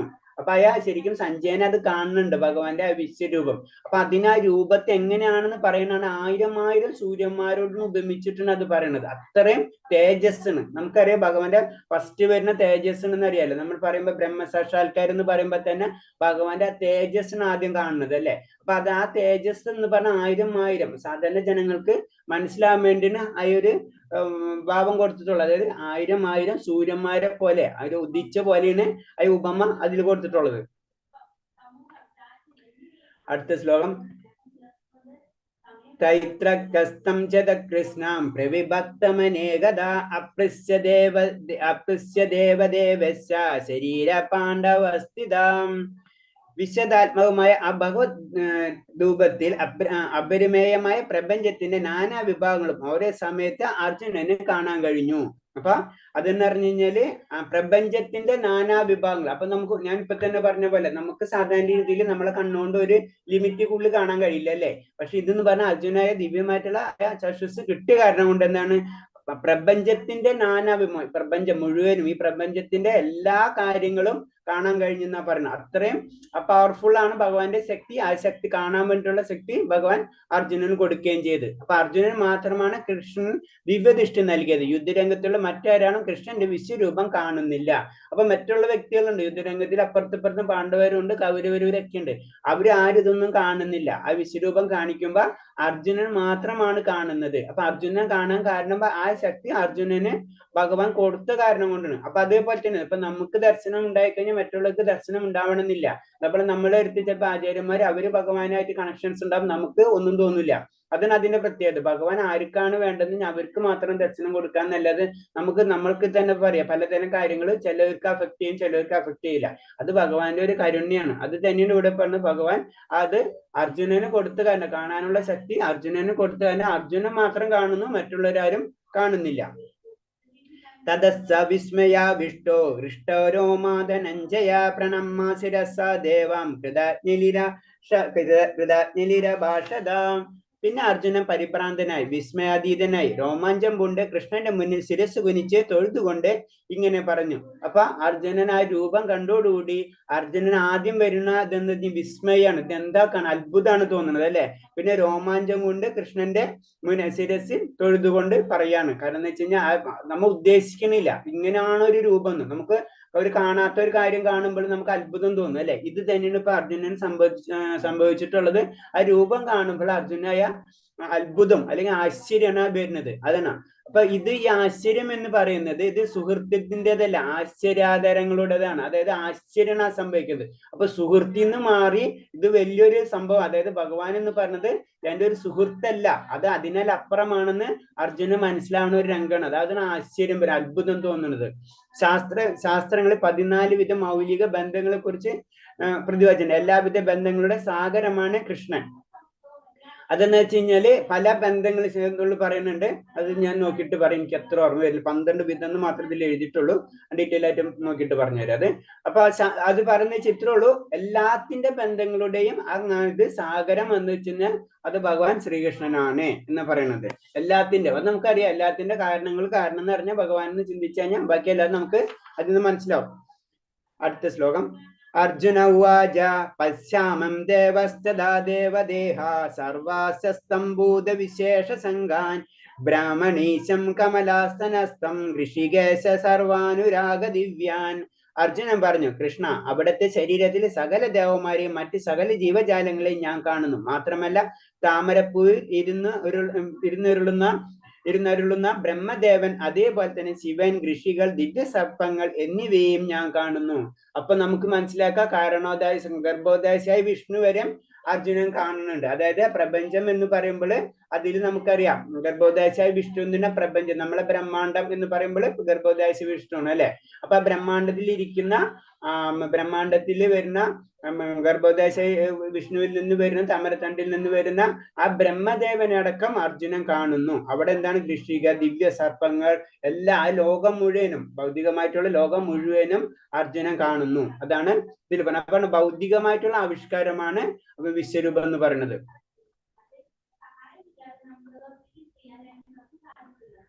ഗർഭോദാശയായ വിഷ്ണുവിനെ മറ്റേയാള് ദിവ്യ സർപ്പത്തിന്റെ പേരാണ്. അതിനൊന്ന് ഗർഭോദാശയായ വിഷ്ണു വരെയും കാണുന്നുണ്ട്. അപ്പൊ ആ സർപ്പത്തിന്റെ പേരാണ് വാസുകി. ഗർഭോദാശയ വിഷ്ണുവിന്റെ പിറകിലുള്ള ആ സർപ്പത്തിന്റെ പേരാണ് വാസുകി. ഗർഭോദാശയായ വിഷ്ണു മുതൽ പ്രപഞ്ച സർഗത്തിന്റെ മുകളിൽ നിലയുള്ള സൃഷ്ടകർത്താവായ ബ്രഹ്മാവിന്റെ ഇരിപ്പിടമായ കമലാകൃതിയുള്ള ഗ്രഹം വരെ അർജുനൻ കാണുന്നുണ്ട്. ആ ബ്രഹ്മാണ്ടം മുഴുവനും ശരിക്കും അർജുനൻ കാണും. അതിന് കമലാകൃതിയിലുള്ളതല്ലേ. അവിടെ നിന്ന് നമ്മളെ സൃഷ്ടികൾ മുഴുവൻ വരും. ആ സൃഷ്ടി മുഴുവനും അർജുനൻ കാണാണ്. 16 അനേക ബാഹ്യധര വക്ത്രനേത്രം പശ്യാമി ത്വം സർവദനന്തരൂപം നാന്തം ന മദ്യന പുനസ്തവാദ്യം പശ്യാമി വിശ്വേശ്വര വിശ്വരൂപം. അല്ലയോ ജഗന്നാഥ വിശ്വരൂപ, അങ്ങയുടെ ശരീരത്തിൽ എല്ലായിടത്തും എണ്ണമറ്റ കൈകളും ഉദരങ്ങളും വായ്ക്കളും കണ്ണുകളും ഉരുത്തിരിഞ്ഞു വരുന്നു. ഇവയ്ക്ക് അവസാനമില്ല. ആദിയോ മധ്യമോ അന്തമോ കാണുന്നില്ല. അപ്പൊ ഭഗവാന്റെ രൂപം ആ അനന്ത രൂപത്തെ പറ്റി വർണ്ണിക്കണം. ഭഗവാന്റെ രൂപം എന്ന് പറഞ്ഞാൽ നമുക്ക് ചിന്തിക്കാൻ പറ്റില്ല, അനന്തമാണ്. അതുകൊണ്ട് നമ്മൾ അനന്തശേഷൻ വേർഡുകളൊക്കെ ഉപയോഗിക്കാൻ കാരണം അതാണ്. പരംപുരുഷനായ ശ്രീകൃഷ്ണൻ ഭഗവാൻ അനന്ത രൂപനാണ്. അദ്ദേഹത്തിലൂടെ സർവ്വപ്രപഞ്ചങ്ങളെയും കാണാൻ കഴിയും. അപ്പൊ ഭഗവാന്റെ രൂപം എന്ന് പറഞ്ഞു കഴിഞ്ഞാൽ അത്രയും വലുതാണ്. അതിൽ കൂടെ എല്ലാ പ്രപഞ്ചങ്ങളെയും കാണാൻ കഴിയും എന്നാണ് പറയുന്നത്. അപ്പൊ ആ രൂപത്തെ പറ്റിയാണ്. അപ്പൊ ഇതിൽ പറഞ്ഞെന്ന് വെച്ച് കഴിഞ്ഞാല് എല്ലാതും ഉരുത്തിരിഞ്ഞു വരുന്നുകൊണ്ടിരിക്കണം. അതല്ലേ സൃഷ്ടി, സ്ഥിതി, സംഹാരം, ഇതൊക്കെ ഇങ്ങനെ ഭഗവാനിൽ നടന്നുകൊണ്ടിരിക്കണം. അതാണ് ഇതിൽ കാണിക്കുന്നത്. അടുത്ത ശ്ലോകം. കിരീടാനം ഗദീനം ചക്രണം ച തേജോരാശിം സർവദോ ദീപ്തമന്ദം പശ്യാമിം തോ ദുർദിരീഷ സമന്ത ദീപ്തനലങ്കാർ അപ്രമേയം. ആളിക്കത്തുന്ന അഗ്നിയെയും മധ്യാഹ്ന സൂര്യന്റെയും പ്രകാശം പോലെ ചൂഴപ്പരക്കുന്നതും കണ്ണഞ്ചിപ്പിക്കുന്നതുമായ മഹാജ്യോതിസ് കണ്ട് ദുർദൃശ്യമാണ് അങ്ങയുടെ ഈ രൂപം. എങ്കിലും അനേകം വിധത്തിലുള്ള കിരീടങ്ങളും ഗദകളും ചക്രങ്ങളും ധരിച്ച് തേജവുമായ ആ രൂപം ഞാൻ എവിടെയും കാണുന്നു. അപ്പൊ ഭഗവാന്റെ രൂപം വർണ്ണിക്കാണ് അല്ലെ. അപ്പൊ ഭഗവാന്റെ രൂപം വർണ്ണിക്കുമ്പോ ഇതെല്ലാവിടെ ഞാൻ ഒന്നിച്ച് കാണണം. അത് പവർ എന്ന് പറഞ്ഞു. മധ്യാഹ്ന സൂര്യന്റെ പ്രകാശം, കാളിക്കത്തുന്ന അഗ്നി, ഇതെല്ലാം കൂടെ ഉള്ള ഒരു രൂപമാണ് ശരിക്കും വിശ്വരൂപം എന്ന് പറയുന്നത്. അനേകം വിധത്തിലുള്ള കിരീടങ്ങളും ഗദകളും ചക്രങ്ങളും. അപ്പൊ ജ്യോതിസ് നമ്മൾ പറയാം. നമുക്ക് സിമ്പിൾ ആയിട്ട് ഇപ്പൊ ഫിസിക്കലായിട്ട് ചിന്തിച്ചാൽ അറിയാലോ, നമ്മുടെ ബ്രഹ്മം, അതായത് ഫിസിക്കൽ വേൾഡ്, ഭൗതിക ലോകം എന്ന് പറഞ്ഞത് അഗ്നിയാണ് അല്ലെ. ഇൻഡയറക്റ്റ് ആയിട്ട് സൂര്യനായാലും മറ്റുള്ള പ്രപഞ്ചങ്ങളായാലും. അപ്പൊ ആ അഗ്നി തന്നെ, ആളിക്കത്തുന്ന അഗ്നി, ആ പ്രപഞ്ചത്തിന്റെ രൂപമാണ് വർണ്ണിക്കുന്നത്. അതില് പറയണെന്ന് വെച്ച് കഴിഞ്ഞാൽ മഹാജ്യോതിസ് കൊണ്ട് ദുർദൃശ്യമാണ്. അതായത് നമുക്ക് അത്രയും ബുദ്ധിമുട്ടാണ്. ആ കാണാൻ തന്നെ നമുക്ക് കഴിയാൻ പറ്റില്ല. അത്രയും കണ്ണഞ്ചിപ്പിക്കണം. നമുക്ക് അത്രയും വലിയ പ്രകാശം വരുമ്പോ നമുക്ക് കാണാൻ പറ്റില്ല അല്ലെ. അതേപോലെ തന്നെ ഭഗവാന്റെ രൂപം അത്രയും ജ്വലിക്കുന്ന രീതിയിലാണ്. അതാണ് ഈ വർണ്ണന. ത്വമക്ഷരം പരമവേദിതവ്യം തമസ്യ വിശ്വാസപരം നിദാനം ത്വമവ്യശാസ ധർമ്മോഗോപ്തദ സനാതനസ്ഥം പുരുഷോ മതോമേ. ആദിമമായ പരമലക്ഷ്യം അങ്ങാണ്. ഈ ജഗത്തിന്റെ അഗ്നിമവും വിശ്രമവും സ്ഥാനവും അങ്ങ് തന്നെ. അവ്യനും പുരാതനും ശാശ്വത ധർമ്മത്തിന്റെ സംരക്ഷണമായ ചിത് പുരുഷൻ അങ്ങാണെന്ന് ഞാൻ വിശ്വസിക്കുന്നു. ഇപ്പൊ അർജുനൻ അത് വിശ്വസിച്ചുകൊണ്ടിരിക്കുന്നു. കാരണം എന്ന് വെച്ച് കഴിഞ്ഞാൽ എല്ലാത്തിന്റെയും നമുക്കറിയാം, ഭഗവാന്റെ സൃഷ്ടി കഴിഞ്ഞ് സംഹാരം നടക്കുന്ന സമയത്ത് എല്ലാവരും ഭഗവാനിൽ ചെന്ന് ഉൾപോകണം അല്ലെ, എല്ലാ ജീവവസ്തുക്കളും എല്ലാതും. അപ്പൊ അതിൽ നമ്മൾ അതിനൊരു ഉദാഹരണം പറഞ്ഞ് നമ്മളൊരു ബിൽഡിംഗ് ഉണ്ടാക്കണ്, ബിൽഡിംഗ് പൊളിഞ്ഞു വീണ്. അപ്പൊ ബിൽഡിംഗ് ഉണ്ടാക്കി പൊളിഞ്ഞു വീണാലും എന്താ സംഭവിക്കുന്നത്? അത് അവിടെ തന്നെ വന്ന് വീഴണല്ല. നമ്മൾ ഉണ്ടാക്കണ സാധനം, നമ്മൾ ഭൂമിയിൽ നിന്നുള്ള വസ്തുക്കൾ ഉപയോഗിച്ചിട്ടാണ് ആ ബിൽഡിംഗ് പണിയുന്നത്. കുറച്ച് നാൾ ബില്ലിങ് നിൽക്കും, അത് കഴിഞ്ഞ് ബില്ലിങ് പൊളിഞ്ഞ് തീർന്നു കഴിഞ്ഞാലും അത് വീണ്ടും മണ്ണിലേക്ക് ലയിക്കണം അല്ലെ. അപ്പൊ അത് തന്നെയാണ് ശരിക്കും ഇതിൽ നടക്കുന്നത്. അപ്പൊ അതിന് പറഞ്ഞത് ഈ ജഗത്തിന്റെ അന്തിമ വിശ്രമ സ്ഥാനവും അങ്ങ് തന്നെ. അപ്പൊ അങ്ങിൽ നിന്ന് വന്ന് അങ്ങിൽ തന്നെ ലയിക്കുന്നു. അതിന് ലയനം എന്നുണ്ട് ഉദ്ദേശിക്കുന്നത്. അവ്യനും പുരാതനം ശാശ്വതധർമ്മത്തിന്റെ സംരക്ഷണം. അപ്പൊ ശാശ്വതമായിട്ടുള്ള ഒരു ധർമ്മമുണ്ട് നമുക്ക് എല്ലാവർക്കും. ആ ധർമ്മത്തിന്റെ സംരക്ഷണമാണ്. അതിന്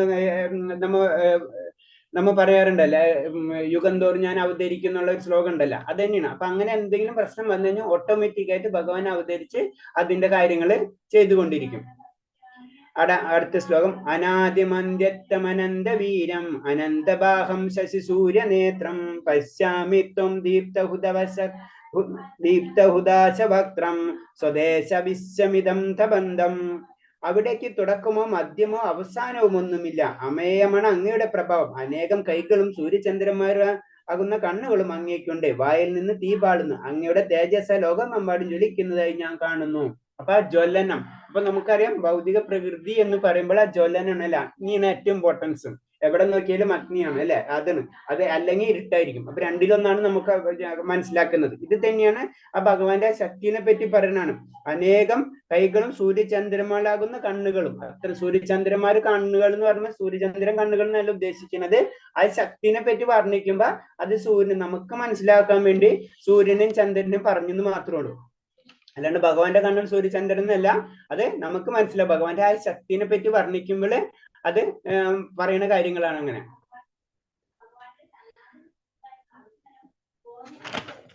അതിൽ പറഞ്ഞത് ദിവ്യ പ്രദീപോ, സ്വർഗലോകങ്ങൾക്കിടയിലുള്ള ആകാശം, ലോകത്രയം എന്നീ വാക്കുകൾ ശ്രദ്ധേയമാണ്. അർജുന മാത്രമല്ല ഭഗവാന്റെ വിശ്വരൂപം കണ്ട് മറ്റ് ഗ്രഹവിഹങ്ങളുള്ളവരും കാണുകൊണ്ടെന്ന് അവ സ്പഷ്ടമാക്കുന്നു. അർജുനന്റെ വിശ്വരൂപ ദർശനം ഒരു സ്വപ്നമായിരുന്നില്ല. അപ്പൊ ഭഗവാന്റെ ആ ശക്തി കാണാൻ കഴിവുള്ള ദേവതന്മാരുണ്ടായിട്ടുണ്ടാവും. അവരിത് കാണുന്നുണ്ട്. അവർ കാണാനുള്ള ശക്തിയുള്ള കാരണം കൊണ്ട് ചില ദേവതർക്ക് ഭഗവാനെ കൊടുത്തിട്ടുണ്ടെങ്കിൽ അത് അവർ കാണുന്നുണ്ട്. അപ്പൊ ഇതൊരു സ്വപ്നമല്ല. നമ്മ മാത്രം ഒരു കാര്യം കണ്ടു കഴിഞ്ഞാൽ മറ്റുള്ളവർ പറയും അതൊരു സ്വപ്നമായിരുന്നു പറയല്ലേ. നമുക്ക് എന്തെങ്കിലും ഒരു അനുഭവം ഉണ്ടായെന്ന് വെക്കുക.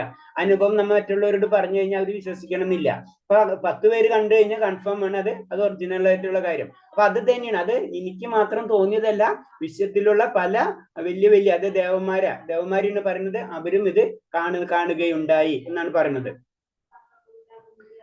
പിന്നെ അടുത്ത ശ്ലോകം, ദവ്വാപ്രവിപ്തോരിതമന്തരം ഹി വ്യാപ്തം ത്വയക്താന നിശച്ച സർവാ ദൃഷ്ടാത്ഭുതം രൂപമുഗ്രം തവേദം ലോകത്രയം പ്രവർത്തിതം മഹാത്മാൻ.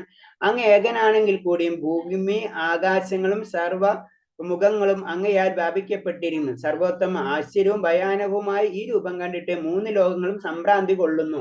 അപ്പൊ ഈ രൂപം കണ്ടിട്ട് പല ലോകത്തിലുള്ള പറയുന്ന 3 ലോകങ്ങളും നമ്മൾ സാധാരണ രീതിയിൽ പറയല്ലേ. അപ്പൊ 3 ലോകം എന്ന് പറയുമ്പോൾ സാധാരണ നമ്മൾ പറയേണ്ടത് 27, 14 ഞാൻ പറഞ്ഞു.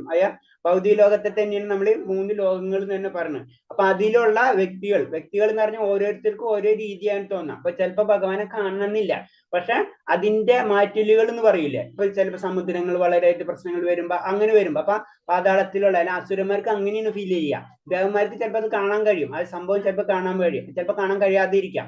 പക്ഷെ ആ കാര്യങ്ങൾ അവർക്ക് മനസ്സിലാക്കും. ഭഗവാന്റെ ഒരു ശക്തി പ്രഭാവം ഇപ്പൊ നടക്കുന്നുണ്ടെന്ന് മനസ്സിലാക്കാനുള്ള കഴിവ് അവർക്കുണ്ടാവും. ചിലർക്ക് അവർ കാണാനുള്ള കഴിവുണ്ടാവും. പക്ഷെ ചില അസുരന്മാർക്ക് തന്നെ ഭഗവാനെ കാണാനുള്ള ശക്തി ഇല്ലാത്ത കാരണം കൊണ്ട് പ്രകൃതിയുടെ ആ പ്രഭാവം കണ്ട് അവർക്ക് മനസ്സിലാവും എന്തോ സംഭവിക്കുന്നുണ്ടെന്ന്. അതെന്ന് പറഞ്ഞത് അങ്ങനെ ആ സംഭ്രാന്തി കൊള്ളുന്നു. ആകെ എല്ലാവരും പേടിച്ച് ഇരിക്കുകയാണെന്ന് പറയുന്ന ഒരു ശ്ലോകമാണ് അത്. അർജുന മാത്രമല്ല ഭഗവാന്റെ വിശ്വരൂപം മറ്റു ഗ്രൂപ്പുകളിലും കാണുകയുണ്ടെന്ന് സ്പഷ്ടമാകുന്നു. അപ്പൊ ഭഗവാന്റെ ആ വിശ്വരൂപം ശരിക്കും അർജുന മാത്രമല്ല പല ഗ്രഹങ്ങളിലും അതിന് പവറുള്ള വ്യക്തികൾക്ക് അത് കാണാൻ കഴിഞ്ഞിട്ടുണ്ട്. അർജുനന്റെ വിശ്വരൂപ ദർശനം ഒരു സ്വപ്നമായിരുന്നില്ല. അപ്പൊ ഇത് ബേസിക് ആയിട്ട് ഇത് പറയുന്നത് ഇന്ന വ്യക്തികൾ കണ്ടിട്ടുണ്ടായിരുന്നെങ്കിൽ അത് എനിക്ക് മാത്രം കാണുന്ന വെച്ച് കഴിഞ്ഞാൽ മറ്റുള്ളവർ പറയും അത് സ്വപ്നമായിരുന്നു പറയും. അപ്പൊ അതല്ല, പല വ്യക്തികളും കണ്ടുമ്പോ അത് അംഗീകരിക്കുകയാണ്, അത് ഉണ്ടായ ഒരു കാര്യം തന്നെയാണ് എന്ന് പറയാണത്.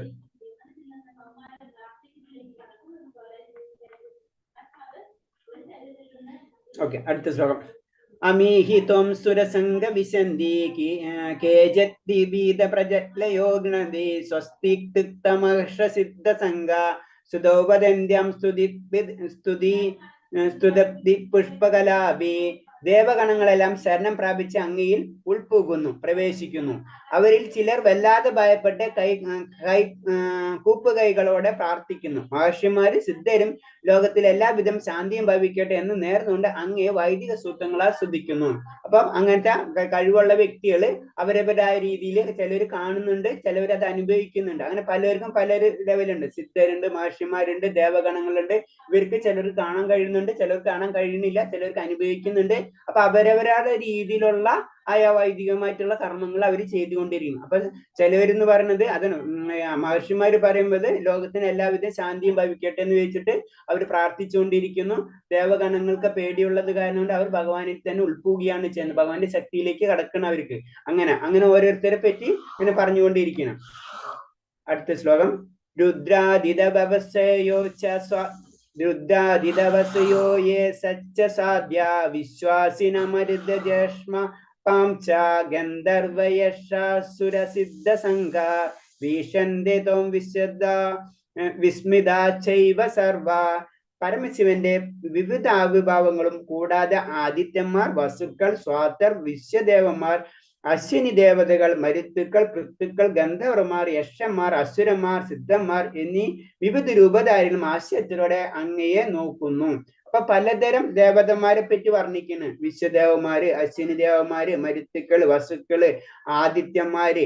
അപ്പൊ അവരൊക്കെ എന്താന്ന് വെച്ചാൽ വിവിധ രൂപധാരികൾ ആശ്ചര്യത്തോടെ അങ്ങയെ നോക്കുന്നു. അപ്പൊ അവര് പലർക്കും പല രീതിയിലാണ് ഭഗവാൻ പ്രത്യക്ഷീഭവിക്കുന്നത്.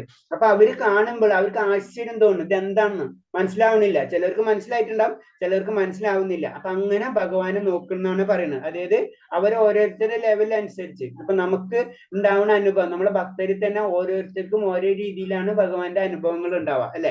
അപ്പൊ ഓരോരുത്തർക്കും ഓരോ രീതിയിൽ അനുഭവം ഉണ്ടാവുന്ന പോലെ തന്നെ ഭഗവാൻ വിശ്വരൂപം കാണിക്കുന്ന സമയത്ത് അതായത് മുകളിലേക്കുള്ള ലോകങ്ങളിലാണെങ്കിലും താഴത്തേക്കുള്ള ലോകങ്ങളിലേക്കും ഉണ്ടാവുന്ന ആ വ്യക്തികൾക്കുള്ള അനുഭവങ്ങൾ അതാണ് ഇതിൽ പറയുന്നത്.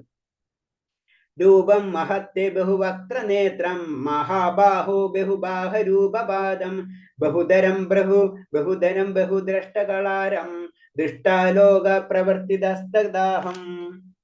മഹാബാഹു, എല്ലാ ഗ്രഹങ്ങളും അവയിൽ വാഴുന്നവരും ഭയാകുലരാണ്. അനേകം മുഖങ്ങളും കാലുകളും ഉദരങ്ങളും അസംഖ്യം ഭീകരദഷ്ടങ്ങളുമായ അങ്ങയുടെ വിശ്വരൂപം കണ്ടിട്ട് സർവ്വലോക നിവാസികളും ഞാനും അസ്വസ്ഥനാകുന്നു.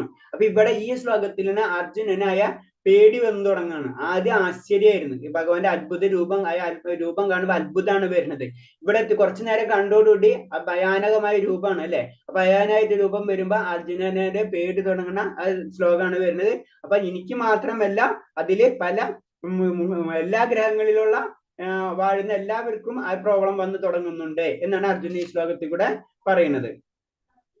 നഭാസ്പ്രസ്ഥം ദീപ്തമനേക വർണ്ണം വൃദാനനം ദീപ്ത വിശാല നേത്രം ദൃഷ്ടീഹിതോ പ്രവർത്തിതാന്തരാത്മാ ധൃതിം തവിദാമി സംച വിഷ്ണു ധൃതിം ന വിദാമി സംച വിഷ്ണു. അല്ലയോ സർവ്വവ്യാപിയ വിഷ്ണു, ആകാശം മുട്ടുന്ന അങ്ങേ അനേകം വികിരണ വർണ്ണജാലങ്ങളുടെയും പിളർന്ന വായോടുകൂടിയും തിളങ്ങുന്ന വലിയ കണ്ണുകളോടും കൂടിയും കണ്ടിട്ട് എന്റെ മനസ്സ് ഭയം കൊണ്ട് അസ്വസ്ഥനാകുന്നു. എനിക്ക് സ്ഥൈര്യത്തോടെ മനസ്സിന്റെ സന്തുലത നിലനിർത്താൻ കഴിയുന്നില്ല. ഈ ശ്ലോകത്തിലാണ് പറയുന്നത് എനിക്ക് ആ പേടി വന്നു തുടങ്ങി, എനിക്ക് ഇനി നിലനിർത്താൻ പറ്റുന്നില്ല. അത്രയും ഭയാനകത്തിന്റെ ഏറ്റവും ടോപ്പ് എന്ന് പറയില്ല, ആ ലെവലിലേക്ക് എത്തിക്കഴിഞ്ഞു. അപ്പൊ ആ രൂപത്തെ പറ്റിയുണ്ട് എന്തുകൊണ്ട് ഭയം വരുന്നു. ആ രൂപത്തെ പറ്റി ആകാശം മുട്ടുന്ന അനേക വികരണ വർണ്ണജാലങ്ങളോട് പിളർന്ന വായോടും തിളങ്ങുന്ന വലിയ കണ്ണുകളോടും കണ്ടിട്ട് അപ്പൊ ആ രൂപത്തെ പറ്റി വർണ്ണിക്കണം, അല്ലെ? കാരണം ആകാശം മുട്ടുന്നു, അർജുനെ സംബന്ധിച്ച് അത് ചിന്തിക്കാൻ പറ്റുന്നില്ല ആ രൂപം. അത് ആദ്യം ആശ്ചര്യമായി, പിന്നെ ഭയം വരുന്നതാണ് ഈ ശ്ലോകത്തിൽ പറയുന്നത്. എന്തുകൊണ്ട് ഭയം വരുന്നതാണ് ഈ ശ്ലോകത്തിൽ കൂടെ പറയുന്നത്. ദൃഷ്ടകരാളാനി ചതേ മുഖാനി ദൃഷ്ടൈവ കലാനൈവ നിബാനി ദിശോ ന ജാനോ ലബ്ബച്ച ശർമ്മ പ്രസീദ ദേവസ്യ ജഗന്നിവാസ. ലോകനാഥനായ ദേവദേവ പ്രസാദിക്കണേ. പാളുന്ന കാലഗ്നി ജ്വാലകളെ പോലെ ഇരിക്കുന്ന ദുഷ്ടകരങ്ങളായ അങ്ങയുടെ മുഖങ്ങൾ കണ്ടിട്ട് എനിക്ക് സമനില ദിക്ക് ഭ്രമം അനുഭവപ്പെടുന്നു. അപ്പൊ അർജുനന്റെ അനുഭവം വരുന്നത് കാരണം എന്ന് വെച്ച് കഴിഞ്ഞാല് ദേവാദി ദേവ എന്ന് തന്നെയാണ് ഭഗവാൻ പറയുന്നത്, അതല്ലേ? ദേവന്മാരുടെ ദേവൻ, അതല്ലേ നമ്മൾ ദേവാദി ദേവ എന്ന് പറയുന്നത് തന്നെ. അപ്പോഴാണ് അർജുനൻ മനസ്സിലാവുന്നത് ദേവന്മാരുടെ ദേവൻ. ആ വിശ്വരൂപം കാണുമ്പോഴാണ് മനസ്സിലാവുന്നത്, അല്ലെ? എല്ലാതും ഭഗവാൻ ഉൾപ്പോകിയിരിക്കണം. അപ്പോഴാണ് മനസ്സിലായി ദേവാദി ദേവ എന്ന് പറയുന്നത് പ്രസാദിക്കണേ. കാരണം ഈ അങ്ങയുടെ മുഖം കണ്ടിട്ട് എനിക്ക് വളരെയധികം പേടി തോന്നുന്നു. എനിക്ക് ദിക്ഭ്രമം, നമ്മൾ പറയില്ലേ അപ്പുറത്ത് എന്താണ് നടക്കുന്നത് മനസ്സിലാവണില്ല, നമുക്ക് ദിക്ഭ്രമം ഒക്കെ വന്നു തുടങ്ങണം. അത് അർജുനൻ പറഞ്ഞു. അപ്പൊ ഇനി അർജുനൻ ഇനി ഈ രൂപം വേണ്ട, എനിക്ക് കണ്ടത് മതി എന്ന് പറയുന്ന രംഗത്തിലേക്ക് പോവാണ്. അമീച്ഛതം ദൃഷ്ടരാഷ്ട്രസ്യ പുത്ര സർവേ സഹസ്രവാനാനി പലാസംഗേ ഭീഷ്മദ്രോണ സൂതപുത്ര സദൈസോ സഹസ്മീയൈരപ്പിയോധമുഖ്യേ വക്രാണി തേ ത്വര മാണവിശന്തി ദഷ്ടകരാളാനി ഭയാനകാനി കേചിദിലഗ്നോ ദശനന്തരേഷു സംദൃശ്യന്ത ചൂർണതൈരത്മമാഗ്നേ. ധൃതരാഷ്ട്രപുത്രന്മാരെല്ലാവരും അവരെ സഹായിക്കുന്ന രാജാക്കന്മാരും ഭീഷ്മർ, ദ്രോണർ, കർണർ എന്നിവരും നമ്മുടെ യോദ്ധാക്കളെ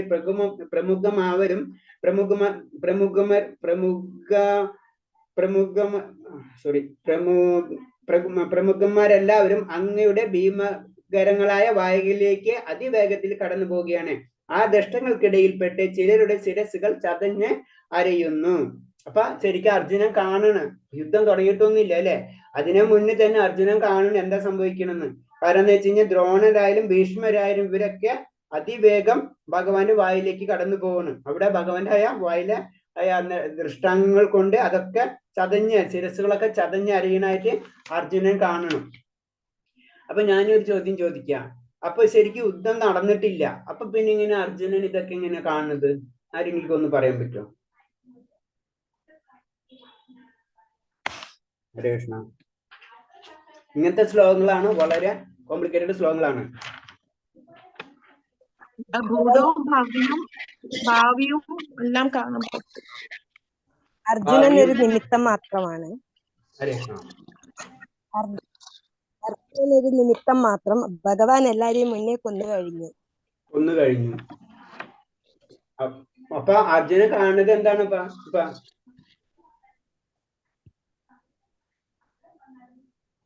കഴിഞ്ഞ കാര്യമാണല്ലോ അർജുനൻ കാണുന്നത്, അല്ലേ? ഹരേ കൃഷ്ണ. എന്താ പറയാനുള്ള? ആരെങ്കിലും പറയാനുണ്ടോ? ഇത് വലിയൊരു ഇൻട്രസ്റ്റിംഗ് ആയിട്ടുള്ള ഒരു ശ്ലോകമാണ്, അത് ഞാൻ ചോദിക്കുന്നത്. നമ്മളിതിന് ജനറൽ ആയിട്ട് ഇങ്ങനെ വായിച്ചുവോ? പക്ഷെ അത് ശ്രദ്ധിച്ചു കഴിഞ്ഞാല് വളരെ മീനിങ് ഉണ്ടാവില്ല. ഹരേ കൃഷ്ണ പ്രഭുജി. അർജുനൻ യുദ്ധത്തിൽ കൊന്നാലും യുദ്ധം ചെയ്താലും ചെയ്തില്ലെങ്കിലും ഭഗവാൻ അവരെ എല്ലാം ഓൾറെഡി നേരത്തെ തന്നെ അവരെല്ലാം വധിച്ചു കഴിഞ്ഞു. അവരെല്ലാരും വധിച്ചു കഴിഞ്ഞിരിക്കുന്നു, അല്ലെ? അപ്പൊ അർജുനൻ ഇത് കാണണം, അല്ലെ? അർജുനൻ ഇത് കാണണം. അർജുനൻ യുദ്ധം ചെയ്യാൻ പോകണുള്ളൂ. അപ്പൊ ആ ഒരു അത് നമുക്ക് ചിന്തിക്കണേന് അപ്പുറത്ത് എന്ന് പറയുന്ന കാര്യങ്ങൾ അതാണ്. മനസ്സിലാവണില്ലേ? അതായത് മരിച്ച വ്യക്തിനെ വീണ്ടും അർജുനൻ വധിക്കണം. അപ്പൊ പിന്നെ നമ്മൾ പറയുന്ന കാലം, അത് നമ്മൾ ഭഗവത പഠിക്കുന്ന സബ്ജക്റ്റുകൾ പറയുന്നു. ഭഗവാൻ നമ്മൾ പറയുന്നുണ്ട് കഴിഞ്ഞ വിഭൂതി യോഗത്തിലെ കാലം എന്ന് പറഞ്ഞത് ഞാൻ തന്നെയാണ്. വിഭൂതി നമ്മ കാലം, ശരി ഞാൻ കാലമാകുന്നു, ഓക്കെ കാലം അവിടെ വെച്ച് നിർത്തണം. ഈ കാലത്തിന്റെ ഡെഫിനിഷനാണ് ഇത് വരുന്നത്. ആ കാലം ഞാനാണ്. നമ്മൾ ഭഗവതിയിൽ പഠിക്കുന്ന 5 മെയിൻ കാര്യങ്ങളിൽ ഒന്ന് വരുന്നത് കാലാണല്ല. ആ കാലത്തെ പറ്റിയാണ് പറയുന്നത്, അത് ഭഗവാനാണ്. അപ്പൊ നമ്മൾ ചിന്തിക്കണം, നമുക്കത് ചിന്തിക്കാനേ പറ്റുന്നില്ല. അതായത് അർജുനൻ വധിക്കേണ്ട വ്യക്തികളെ ഭഗവാൻ ആൾറെഡി വധിച്ചു കഴിഞ്ഞു. അത് അർജുനൻ കാണണം. ഇനി അർജുനൻ യുദ്ധം ചെയ്യാൻ പോണുള്ളൂ. മനസ്സിലായില്ലേ? ഇതാണ് ഇങ്ങനത്തെ ശ്ലോകങ്ങളാണ് ഇതിലെ ആർക്കും പിടുത്തം കിട്ടാത്തത്. ഇങ്ങനത്തെ ശ്ലോകങ്ങളാണ് വലിയ സയന്റിസ്റ്റും അങ്ങനത്തെ ആൾക്കാരൊക്കെ ഇരുന്ന് റിസർച്ച് ചെയ്യണം. അതിൽ നിന്നാണ് അവരോരോ പോയിന്റ്സുകൾ അവർ കൊണ്ടുവരുന്നത്. അപ്പൊ നമ്മൾ പല ശ്ലോകങ്ങള് അതിലെടുക്കും. അതിൽ ചില ശ്ലോകങ്ങളാണ് ഞാനിപ്പോ ഇങ്ങനെ ഇമ്പോർട്ടന്റ് പറഞ്ഞെന്ന് മാത്രമല്ല. ഇങ്ങനത്തെ ശ്ലോകങ്ങളാണ്. ഇതൊന്നും ആർക്കും പിടികിട്ടില്ല. ഇത് ഇങ്ങനെയാണ് പോണത്. ഹരേ കൃഷ്ണ. അടുത്ത ശ്ലോകം. യഥാ നദീനം യഥാ നദീനം ബഹവോ ഭൂവേഗാ സമുദ്രവേവാമി ദ്രവന്തി തഥാ ദവാമി നരകലോകവീരേ വിശന്തി വക്രാണ വിവിജ്വലന്തി. നദീപ്രവാഹങ്ങളെല്ലാം സമുദ്രത്തിലേക്ക് എത്തുന്ന തന്നെ പാഞ്ഞൊഴുകുന്നത് പോലെ ജ്വലിച്ചുകൊണ്ട് യോദ്ധാക്കൾ അങ്ങയുടെ വായ്ക്കിലേക്ക് കടന്നു പോകുന്നു. അപ്പൊ ഈ യോദ്ധാക്കളൊക്കെ ഭഗവാന്റെ വായിലേക്ക് കടന്നു പോവുകയാണ്. 29 യഥാ പ്രദീപദം ജ്വലനം പത്ന വിശന്തി നാശായ സമൃദ്ധവേഗ തദൈവ നാശായ വിശത്തി ലോകാസ്തദാമി വക്രാണി സമൃദ്ധവേഗ. ഈ അമ്പാറ്റകൾ അതിവേഗത്തിൽ പറന്നു വന്ന് എങ്ങനെ കത്തിയെരിയുന്ന തീയിൽ വീഴുന്നുവോ അങ്ങനെ എല്ലാവരും അങ്ങയുടെ വക്രങ്ങളിൽ വീണ് നശിക്കുന്നു. അതാണ് ഭഗവാനെ കാലം എന്ന് പറഞ്ഞു. കാലത്തിലേക്ക് എല്ലാതും പോവും അല്ലെ. അത് തന്നെയാണ് ആ കാലം കൊണ്ട് പ്രതീക്ഷിക്കുന്നത്, കാലം കൊണ്ട് ഉദ്ദേശിക്കുന്നത് ഇതൊക്കെയാണ്. 30 ലേലികസ്യ ഗ്രസമാന സമന്ത ലോകാൻ സമഗ്രാൻ ലോകാൻ സമഗ്ര വദനേർജ്വലദ്ദി തേജോബിരാപൂര്യ ജഗത് സമഗ്രം വാസസ്തവോഗ്രോ പ്രതപന്തി വിഷ്ണു. വിഷ്ണു, ചുറ്റുപാടുമുള്ള ജനങ്ങളെ തീയാളുന്ന വായ്ക്കളാൽ അങ്ങ് വിഴുങ്ങുന്നത് ഞാൻ കാണുന്നു. അങ്ങയുടെ തേജസ് കൊണ്ട് പ്രപഞ്ചത്തിൽ ആവരണം ചെയ്തുകൊണ്ടിരിക്കുന്ന ഉഗ്രവും ദഹിപ്പിക്കുന്നതുമായ കിരണങ്ങൾ കൂടി അവിടെ നിന്ന് കാണപ്പെടുന്നു. അപ്പൊ ഭഗവാന്റെ ആ ശക്തിനെ പറ്റി വീണ്ടും അർജുനൻ കാണുന്ന രംഗങ്ങളാണ്. കാരണം എന്താ വെച്ച് കഴിഞ്ഞാൽ അഗ്നിയാണ് എല്ലായിടത്തും. അതാണ് ഇൻഡയറക്റ്റ് ആയിട്ട് പറയുന്നത് അവിടെ. അപ്പൊ അഗ്നി അതും ഭഗവാൻ പറയുന്നുണ്ട്, അഗ്നി ഞാനാകുന്നു പറഞ്ഞിട്ടുണ്ടല്ലേ. പ്രപഞ്ചം ആവരണം ചെയ്തുകൊണ്ട് തന്നെ ഉഗ്രവും ദഹിപ്പിക്കുന്നതുമായ കിരണങ്ങൾ അവിടെ നിന്ന് കാണപ്പെടുന്നു. ഇതൊക്കെ ഭഗവാന്റെ ആയ വിശ്വരൂപത്തിലുള്ള വർണ്ണനകളാണ്. അപ്പൊ അതിന് നമ്മൾ അധികം ജനറൽ കൂടുതൽ ഡീറ്റെയിൽസ് ഇല്ല. അഗ്യാഹി മേ ഗോഭവാനു അഗ്രരൂപ നമസ്തോദേ ദേവവര പ്രസീദ വിജ്ഞാനമിച്ഛാമി ഭവന്തമാദ്യം നഹി പ്രജ്ഞാപി തവ പ്രവർത്തിതം. ദേവാദിദേവ ഉഗ്രമൂർത്തി, അങ്ങ് ആരാണെന്ന് പറഞ്ഞു തരും. ഞാൻ പ്രണമിക്കുന്നു. എന്നിൽ കനിയണമേ. ആദ്യ പുരുഷനായ അങ്ങേ എനിക്കറിയണം. അങ്ങയുടെ ദൗത്യം എന്തെന്ന് മനസ്സിലാകുന്നില്ല. ഇപ്പോഴാണ് അർജുനന് ഇത് ഞാൻ ഉദ്ദേശിക്കുന്ന വ്യക്തിയല്ല എന്നുള്ള രൂപത്തിലേക്ക് വരുന്നത്. കാരണം പറഞ്ഞ ആരാണെന്ന് അങ്ങ് എന്താണെന്ന് പറഞ്ഞു തരാൻ. അപ്പൊ അത്രയും നമ്മൾ പറയില്ല അചിന്യാണ്. അചിന്യം എന്ന് നമ്മൾ പറയുമ്പോൾ നമുക്കത് മനസ്സിലാവണില്ല. അചിന്യം എന്ന് പറയുന്നല്ലാണ്ട് അതിന്റെ ഈ ഒരു ശ്ലോകത്തിൽ കൂടി നമുക്ക് മനസ്സിലായി കഴിഞ്ഞ കാര്യങ്ങളാണ് ഭഗവാൻ കാണിച്ചു കൊടുക്കുന്നത്. അപ്പൊ അതാണ് ഭഗവാന്റെ ശക്തി. അതാണ് പറഞ്ഞത് ആരാണിത് എന്താണെന്ന് മനസ്സിലാവണില്ല അർജുനന്. അങ്ങയുടെ ദൗത്യം എന്താണെന്ന് മനസ്സിലാവണില്ല എന്ന് പറയുന്നത്. പിന്നെ അപ്പൊ ഭഗവാൻ പറയാണ് കലോസ്മി ലോകക്ഷേത്ര പ്രവർത്തോ ലോകസമാഹാർദുമിഹ പ്രവർത്തി ഹൃദേത്തി തോം ന ഭവിഷ്യാമി സർവേ യോഗവസ്ഥിത പ്രത്യനികേഷു യോധ. പരമദിവ്യോത്തമ പുരുഷൻ സമസ്ത ലോകങ്ങളെയും സംഹരിക്കുന്ന കാലമാകുന്നു. അല്ലെ പറഞ്ഞില്ലേ കാലം. ആ കാലം എന്ന് പറയുമ്പോൾ സമയം അല്ലെ, നമ്മൾ സാധാരണ രീതി പറഞ്ഞു കഴിഞ്ഞാൽ അതാകുന്നു ഞാൻ. അപ്പൊ ഇത് തന്നെ മതി, ഭയങ്കര കോംപ്ലിക്കേറ്റഡ് ആവും നമുക്ക്. പറഞ്ഞു ഞാൻ കാലമാകുന്നു ഞാൻ. അപ്പൊ കാലം എന്ന് പറഞ്ഞു പാസ്റ്റ് പ്രസന്റ് ഫ്യൂച്ചർ ഇത് ഒക്കെയാണ് കാലം എന്ന് പറഞ്ഞത്. ഇത് എങ്ങോട്ട് വേണമെങ്കിലും തിരിക്കാം. അത് ഞാനാണ്. ഈ കാണുന്ന ജനങ്ങളെല്ലാം നശിപ്പിക്കാൻ ഞാൻ ഇവിടെ സന്നിഹിതനായിരിക്കുന്നു. നിങ്ങൾക്ക് പാണ്ഡവരൊഴികെ 2 കക്ഷിയിലുള്ളപ്പെട്ട യോദ്ധാക്കളെല്ലാവരും കൊല്ലപ്പെടും. അത് അർജുനോട് പറഞ്ഞു, ഇവരൊക്കെ കൊല്ലപ്പെടും. കാരണം ഇത് ആൾറെഡി ഞാൻ ഇതൊക്കെ ചെയ്ത് കഴിഞ്ഞു. അത് ഇൻഡയറക്റ്റ് ആയിട്ട് ഭഗവാൻ പറഞ്ഞു കൊടുക്കുകയാണത്. അപ്പൊ അതും പറഞ്ഞത് പ്രകൃതി നിയമം എന്ന് പറഞ്ഞത് സംഹാരപരമാണ് കാലം.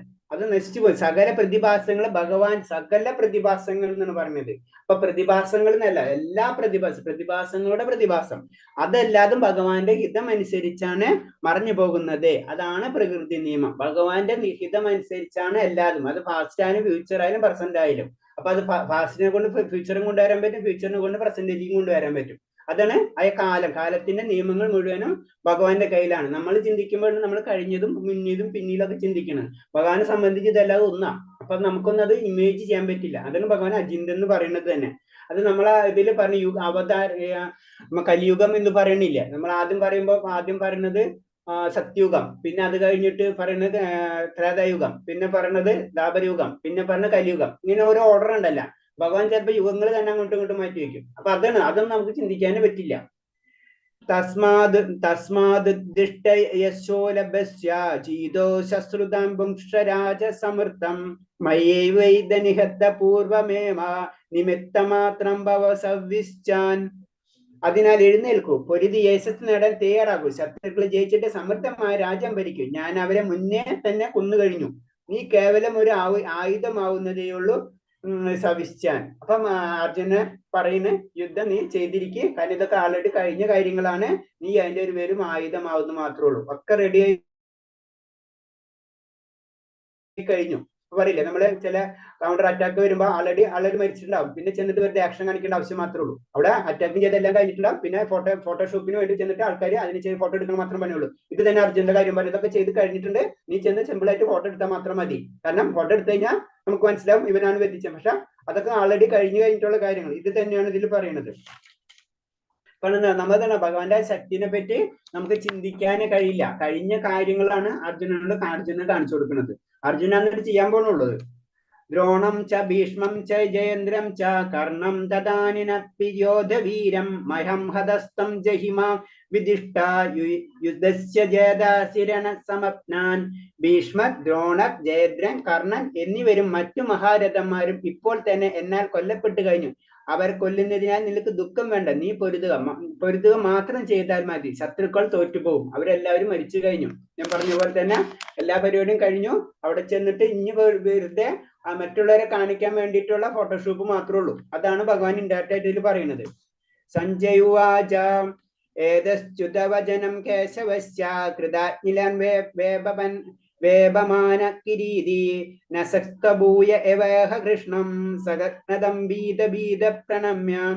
സഞ്ജയ ധൃതരാഷ്ട്രോട് പറഞ്ഞു, രാജാവേ, ഭഗവാന്റെ ഈ വാക്കുകൾ കേട്ട് അർജുന വിറകൊണ്ട് വീണ്ടും വീണ്ടും കൈപ്പൂപ്പി ഭയത്തോടെ ഇടറുന്ന സ്വരത്തിൽ പറഞ്ഞു. അപ്പൊ ഇതും കൂടെ സഞ്ജയൻ പറയുന്നതാണ്. ഇങ്ങനത്തെ കാര്യങ്ങൾ ഭഗവാൻ പറഞ്ഞോടുകൂടി, കാരണം ഇത് കഴിഞ്ഞ കാര്യങ്ങളാണ്. എനിക്ക് എന്റെ റോൾ ഇത്ര ഉള്ളൂ എന്ന് പറയുമ്പോ ആ ശക്തിനെ പറ്റി അർജുന ചിന്തിക്കാനേ പറ്റുന്നില്ല. അതിന് പിന്നെ ഭയം വന്നു തുടങ്ങി. ആ ഭയത്തിന്റെ ലക്ഷണങ്ങൾ, ഭയത്തോടെ ഇടറുന്ന സ്വരത്തില് അർജുനൻ പറയാണ്. അർജുന ഉവാച സ്ഥാനം ഋഷികേശ തവ പ്രകൃത്യ ജഗത് പ്രഷ്യജ്ഞനുരുജ്യതേ ച രക്ഷാസി ഭീതാനി ദിശോ ദ്രവന്തി സർവ നമസ്തന്തി ച സിദ്ധസംഗേ. അർജുനൻ പറഞ്ഞു, ഋഷികേശ, ഇന്ദ്രിയങ്ങളുടെ നാഥ, അങ്ങയുടെ തിരുനാമ കീർത്തനത്താൽ ലോകം ആനന്ദഭരിതനായി തീരുന്നു. അങ്ങേ അനുരക്തനാവുന്നു. സിദ്ധി നേടിയവർ അങ്ങയുടെ പ്രണമിക്കുമെങ്കിലും അസുരഗണങ്ങൾ ഭയപ്പെട്ട് അങ്ങും ഇങ്ങും പായുകയാണ്. ഇത് ഉചിതം തന്നെ. അപ്പൊ ഭഗവാന്റെ ആ ശക്തിനെ പറ്റി വീണ്ടും അർജുനൻ വർണ്ണിക്കണേ. ഇന്ദ്രിയങ്ങളുടെ നാഥ ഋഷികേശ, എല്ലാതും അറിയുന്നവനാണ് അല്ലെ ഭഗവാൻ. അതാണ് ഇന്ദ്രിയങ്ങൾ എന്ന് പറയുന്നത്. നമ്മൾ ഇന്ദ്രിയങ്ങളിലാണ് നമ്മൾ എല്ലാ കാര്യങ്ങളും അറിയുന്നത്. അത് കാരണം കൊണ്ട് ഭഗവാന്റെ തിരുനാമ കീർത്തനങ്ങൾ, അപ്പൊ അത് ഇതുപോലെ തന്നെ പല ഗ്രഹങ്ങളിലും പല രീതിയിലും പല വ്യക്തികളും കാണുന്നത്. അപ്പൊ അവരവരെ ശക്തി അനുസരിച്ച് അവർ ചിലർ തിരുനാമ കീർത്തനങ്ങൾ ചെയ്യുന്നു, ചിലര് അങ്ങയെ പ്രണമിക്കുന്നു, ചിലർ ഭയപ്പെട്ടു പോകുന്നു. അങ്ങനെ പലരും അവരെ ലെവൽ അനുസരിച്ച് ഭക്തിയുടെ അല്ലെങ്കിൽ നിരീശ്വരവാദി എന്ത് ലെവലാണെങ്കിലും, അസുരവാദികൾ എന്ന് പറഞ്ഞാൽ ഭഗവാൻ അക്സെപ്റ്റ് ചെയ്യാത്തവരാണ് അല്ലെ. അവർക്ക് ഇത് എന്താണെന്ന് മനസ്സിലാവുന്നില്ല. പക്ഷെ എന്തോ സംഭവിക്കുന്നു, അതിന് അവര് ഭയപ്പെട്ടു ഓടിക്കൊണ്ടിരിക്കണം. കസ്മാച്ചതേതനമേര മഹാത്മൻ ഗരീസിയോ ബ്രാഹ്മണബ്ദ്യഗേർത്തേ അനന്തദേവസ്യ ജഗന്നിവാസ ത്വമക്ഷരം സത്സത്പരം യത്. ബ്രഹ്മാവിനേക്കാളും ശ്രേഷ്ഠനായ പുരുഷോത്തമ, അങ്ങാണല്ലോ ആദിമനായ സൃഷ്ടാവ്. എങ്കിലും എന്തുകൊണ്ട് അവർ ഭക്ത്യാദരവും അങ്ങയെ പ്രണമിക്കുന്നില്ല? അതിരില്ലാത്തവനും പ്രപഞ്ചത്തിന് ആശ്രയമായ ദേവാദിദേവ, ആശ്രയവും കാരണങ്ങൾ കാരണവും ഭൗതികമായ പ്രകൃതി ഉപരിയുമാണ് അങ്ങേ. അപ്പൊ ഇത് വീണ്ടും പറയണ ഭഗവാന്റെ ശക്തിനെ പറ്റി തന്നെയുള്ള വിവരണമാണത്. അടുത്ത ശ്ലോകം ഒക്കെ 4 മണിയായി. ഇത്രയും പറഞ്ഞതിൽ ഞാനൊന്ന് സമ്മറി പറയാം. സമ്മറി ഇപ്പൊ ഇതില് വലിയ സമ്മറിയുടെ കാര്യങ്ങൾ വരുന്നില്ല. അതിൽ തന്നെ വിശ്വരൂപം, ഭഗവാന്റെ വിശ്വരൂപം കാണിക്കുന്ന വെച്ച് കഴിഞ്ഞാല് ഭൗതിക പ്രകൃതിയിൽ ഭഗവാൻ എങ്ങനെയാണ് നിറഞ്ഞു നിൽക്കുന്നത്, അതാണ് വിശ്വരൂപം കൊണ്ട് ഉദ്ദേശിക്കുന്നത്. അത് അർജുനൻ പറയുന്ന അത് കാണിക്കണം. കാരണം എന്ന് വെച്ച് കഴിഞ്ഞാൽ ഇനി വരുന്ന ജനങ്ങൾക്ക് ഭഗവാൻ എന്ന് പറയുമ്പോ അവർ ആ വിശ്വരൂപം കാണിക്കേണ്ടതായി വരും. ഭഗവാന്റെ വിശ്വരൂപം കാണണം അന്ന്. അപ്പൊ അർജുനന് വേണ്ടിയല്ല, അർജുന ഒരു ഭക്തനും ഭക്തനെപ്പോഴും ഒരു സാമസുന്ദര രൂപം, ഭഗവാന്റെ സാമസുന്ദര രൂപം തന്നെയാണ് ആഗ്രഹിക്കുന്നത് അല്ലെ, കാണാൻ ആഗ്രഹിക്കുന്നത് അല്ല. പിന്നെ അതേപോലെ തന്നെ വിശ്വരൂപം കാണണമെങ്കിൽ തന്നെ ആഗ്രഹമുള്ള വ്യക്തികൾ തന്നെയാണ്. വിശ്വരൂപം കാണണം എന്ന് വെച്ച് കഴിഞ്ഞാൽ തന്നെ അത് അതിനുള്ള ദിവ്യമായ ചക്ഷുസ് കിട്ടിക്കഴിഞ്ഞാൽ മാത്രമേ കാണുള്ളൂ. അപ്പൊ എല്ലാവർക്കും അത് തന്നെ കാണാനുള്ള ശക്തി ഇല്ല. പിന്നെ ഭഗവാൻ രൂപം കാണിക്കണം. ഭഗവാന്റെ രൂപത്തിലുള്ള ആ രൂപം കാണുമ്പോഴാണ് അനേക ബാഹുധരവക്ത്ര നേത്ര, ഭഗവാന്റെ വർണ്ണനകളാണ് പിന്നീട് എല്ലാതും പറയുന്നത്. അങ്ങനെ വരുമ്പോഴാണ് അർജുനൻ കാണുന്നത്, കാരണം യുദ്ധത്തിൽ എല്ലാവരും മരിക്കുന്നത്. അപ്പൊ മരിച്ചു കഴിഞ്ഞു, ഇനി നീ ഒന്നും ചെയ്യേണ്ട ആവശ്യമില്ല, അവരെല്ലാവരും മരണപ്പെട്ടു, നീ ഇനി വെറുതെ ചെന്ന് യുദ്ധം ചെയ്താൽ മതി. വെറുതെ ഒരു പറഞ്ഞു, ഇപ്പൊ തന്നെ പറഞ്ഞ പോലെ ഫോട്ടോഷൂപ്പ് മാത്രമേ ഉള്ളൂ, ബാക്കി എല്ലാ കാര്യങ്ങളും ചെയ്ത് കഴിഞ്ഞു എന്ന് പറയുന്നതാണ്. അപ്പൊ ആ ഭഗവാനാണ് അതിന് പറഞ്ഞ അടുത്ത ശ്ലോകത്തിൽ തന്നെ ഭഗവാൻ പറഞ്ഞാണ് കാലോസ്മി ലോകക്ഷയകൃത പ്രവർത്തേ, കാലാസ്മി ഞാൻ കാലമാകുന്നു എന്ന് പറഞ്ഞു. അപ്പൊ അതിൽ നിന്ന് ഫ്യൂച്ചറും പ്രസന്റും അതുപോലെ തന്നെ പാസ്റ്റും ഇതൊക്കെ ഭഗവാൻ അങ്ങോട്ടും ഇങ്ങോട്ടും മാറ്റിമറിക്കാൻ പറ്റും. അതാണ് കാലത്തിന്റെ പ്രത്യേകത. നമ്മളാണെന്ന് വെച്ചാൽ നമുക്ക് അങ്ങോട്ടും ഇങ്ങോട്ടും ഒന്നും ചെയ്യാല്ല, നമ്മളെ കയ്യിലുള്ള പവർ. അപ്പൊ നമുക്ക് അതേപോലെ തന്നെ കാലം എന്ന് പറഞ്ഞത് ഭഗവാന്റെ കയ്യിലാണ്. അപ്പൊ ഭഗവാൻ അങ്ങോട്ടും ഇങ്ങോട്ടും ഒക്കെ അത് മാറ്റിമറിക്കാനുള്ള കഴിവുണ്ട്. അതാണ് അടുത്ത ശ്ലോകത്തിൽ തന്നെ അത് പറയുന്നുണ്ടത്. അപ്പൊ അതാണ് ഭഗവാന്റെ ശക്തിന് അചിന്ത്യം എന്ന് പറയുന്നത്. അതുപോലെ തന്നെ ദ്രോണരായാലും ജയന്ദ്രനായാലും ഇവരൊക്കെ മരണപ്പെട്ടുകൊണ്ടിരിക്കുകയാണത്. അവിടെ വെച്ച് നമുക്ക് നിർത്താം. ഹരേ കൃഷ്ണ. ഇത്രയും പറഞ്ഞതിൽ എന്തെങ്കിലും പോയിന്റ്സ് ഉണ്ടെങ്കിൽ ചോദിക്കാം.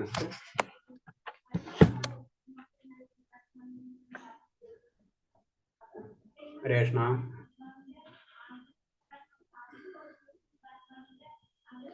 ഓക്കെ, നിർത്തിക്കോട്ടെ മാതാജി. ഹരേ കൃഷ്ണ. പ്രഭുജി. ഹരേ കൃഷ്ണ. ഹരേ കൃഷ്ണ. പിന്നെ അടുത്ത ആഴ്ച പഞ്ചകൽപതരൂപേച്ച കൃപാസിന്ധ്യാഭജ പതിനാം പാവനേഭ്യ വൈഷ്ണവേഭ്യ നമോ നമഃ അനന്തകോടി വൈഷ്ണവ. ഹരേ കൃഷ്ണ. പ്രണാമം. എല്ലാവർക്കും പ്രണാമം. അടുത്ത ക്ലാസ്സിൽ കാണാം. ഹരേ കൃഷ്ണ. ഹരേ കൃഷ്ണ. ഹരേ കൃഷ്ണ. എല്ലാവർക്കും പ്രണാമം.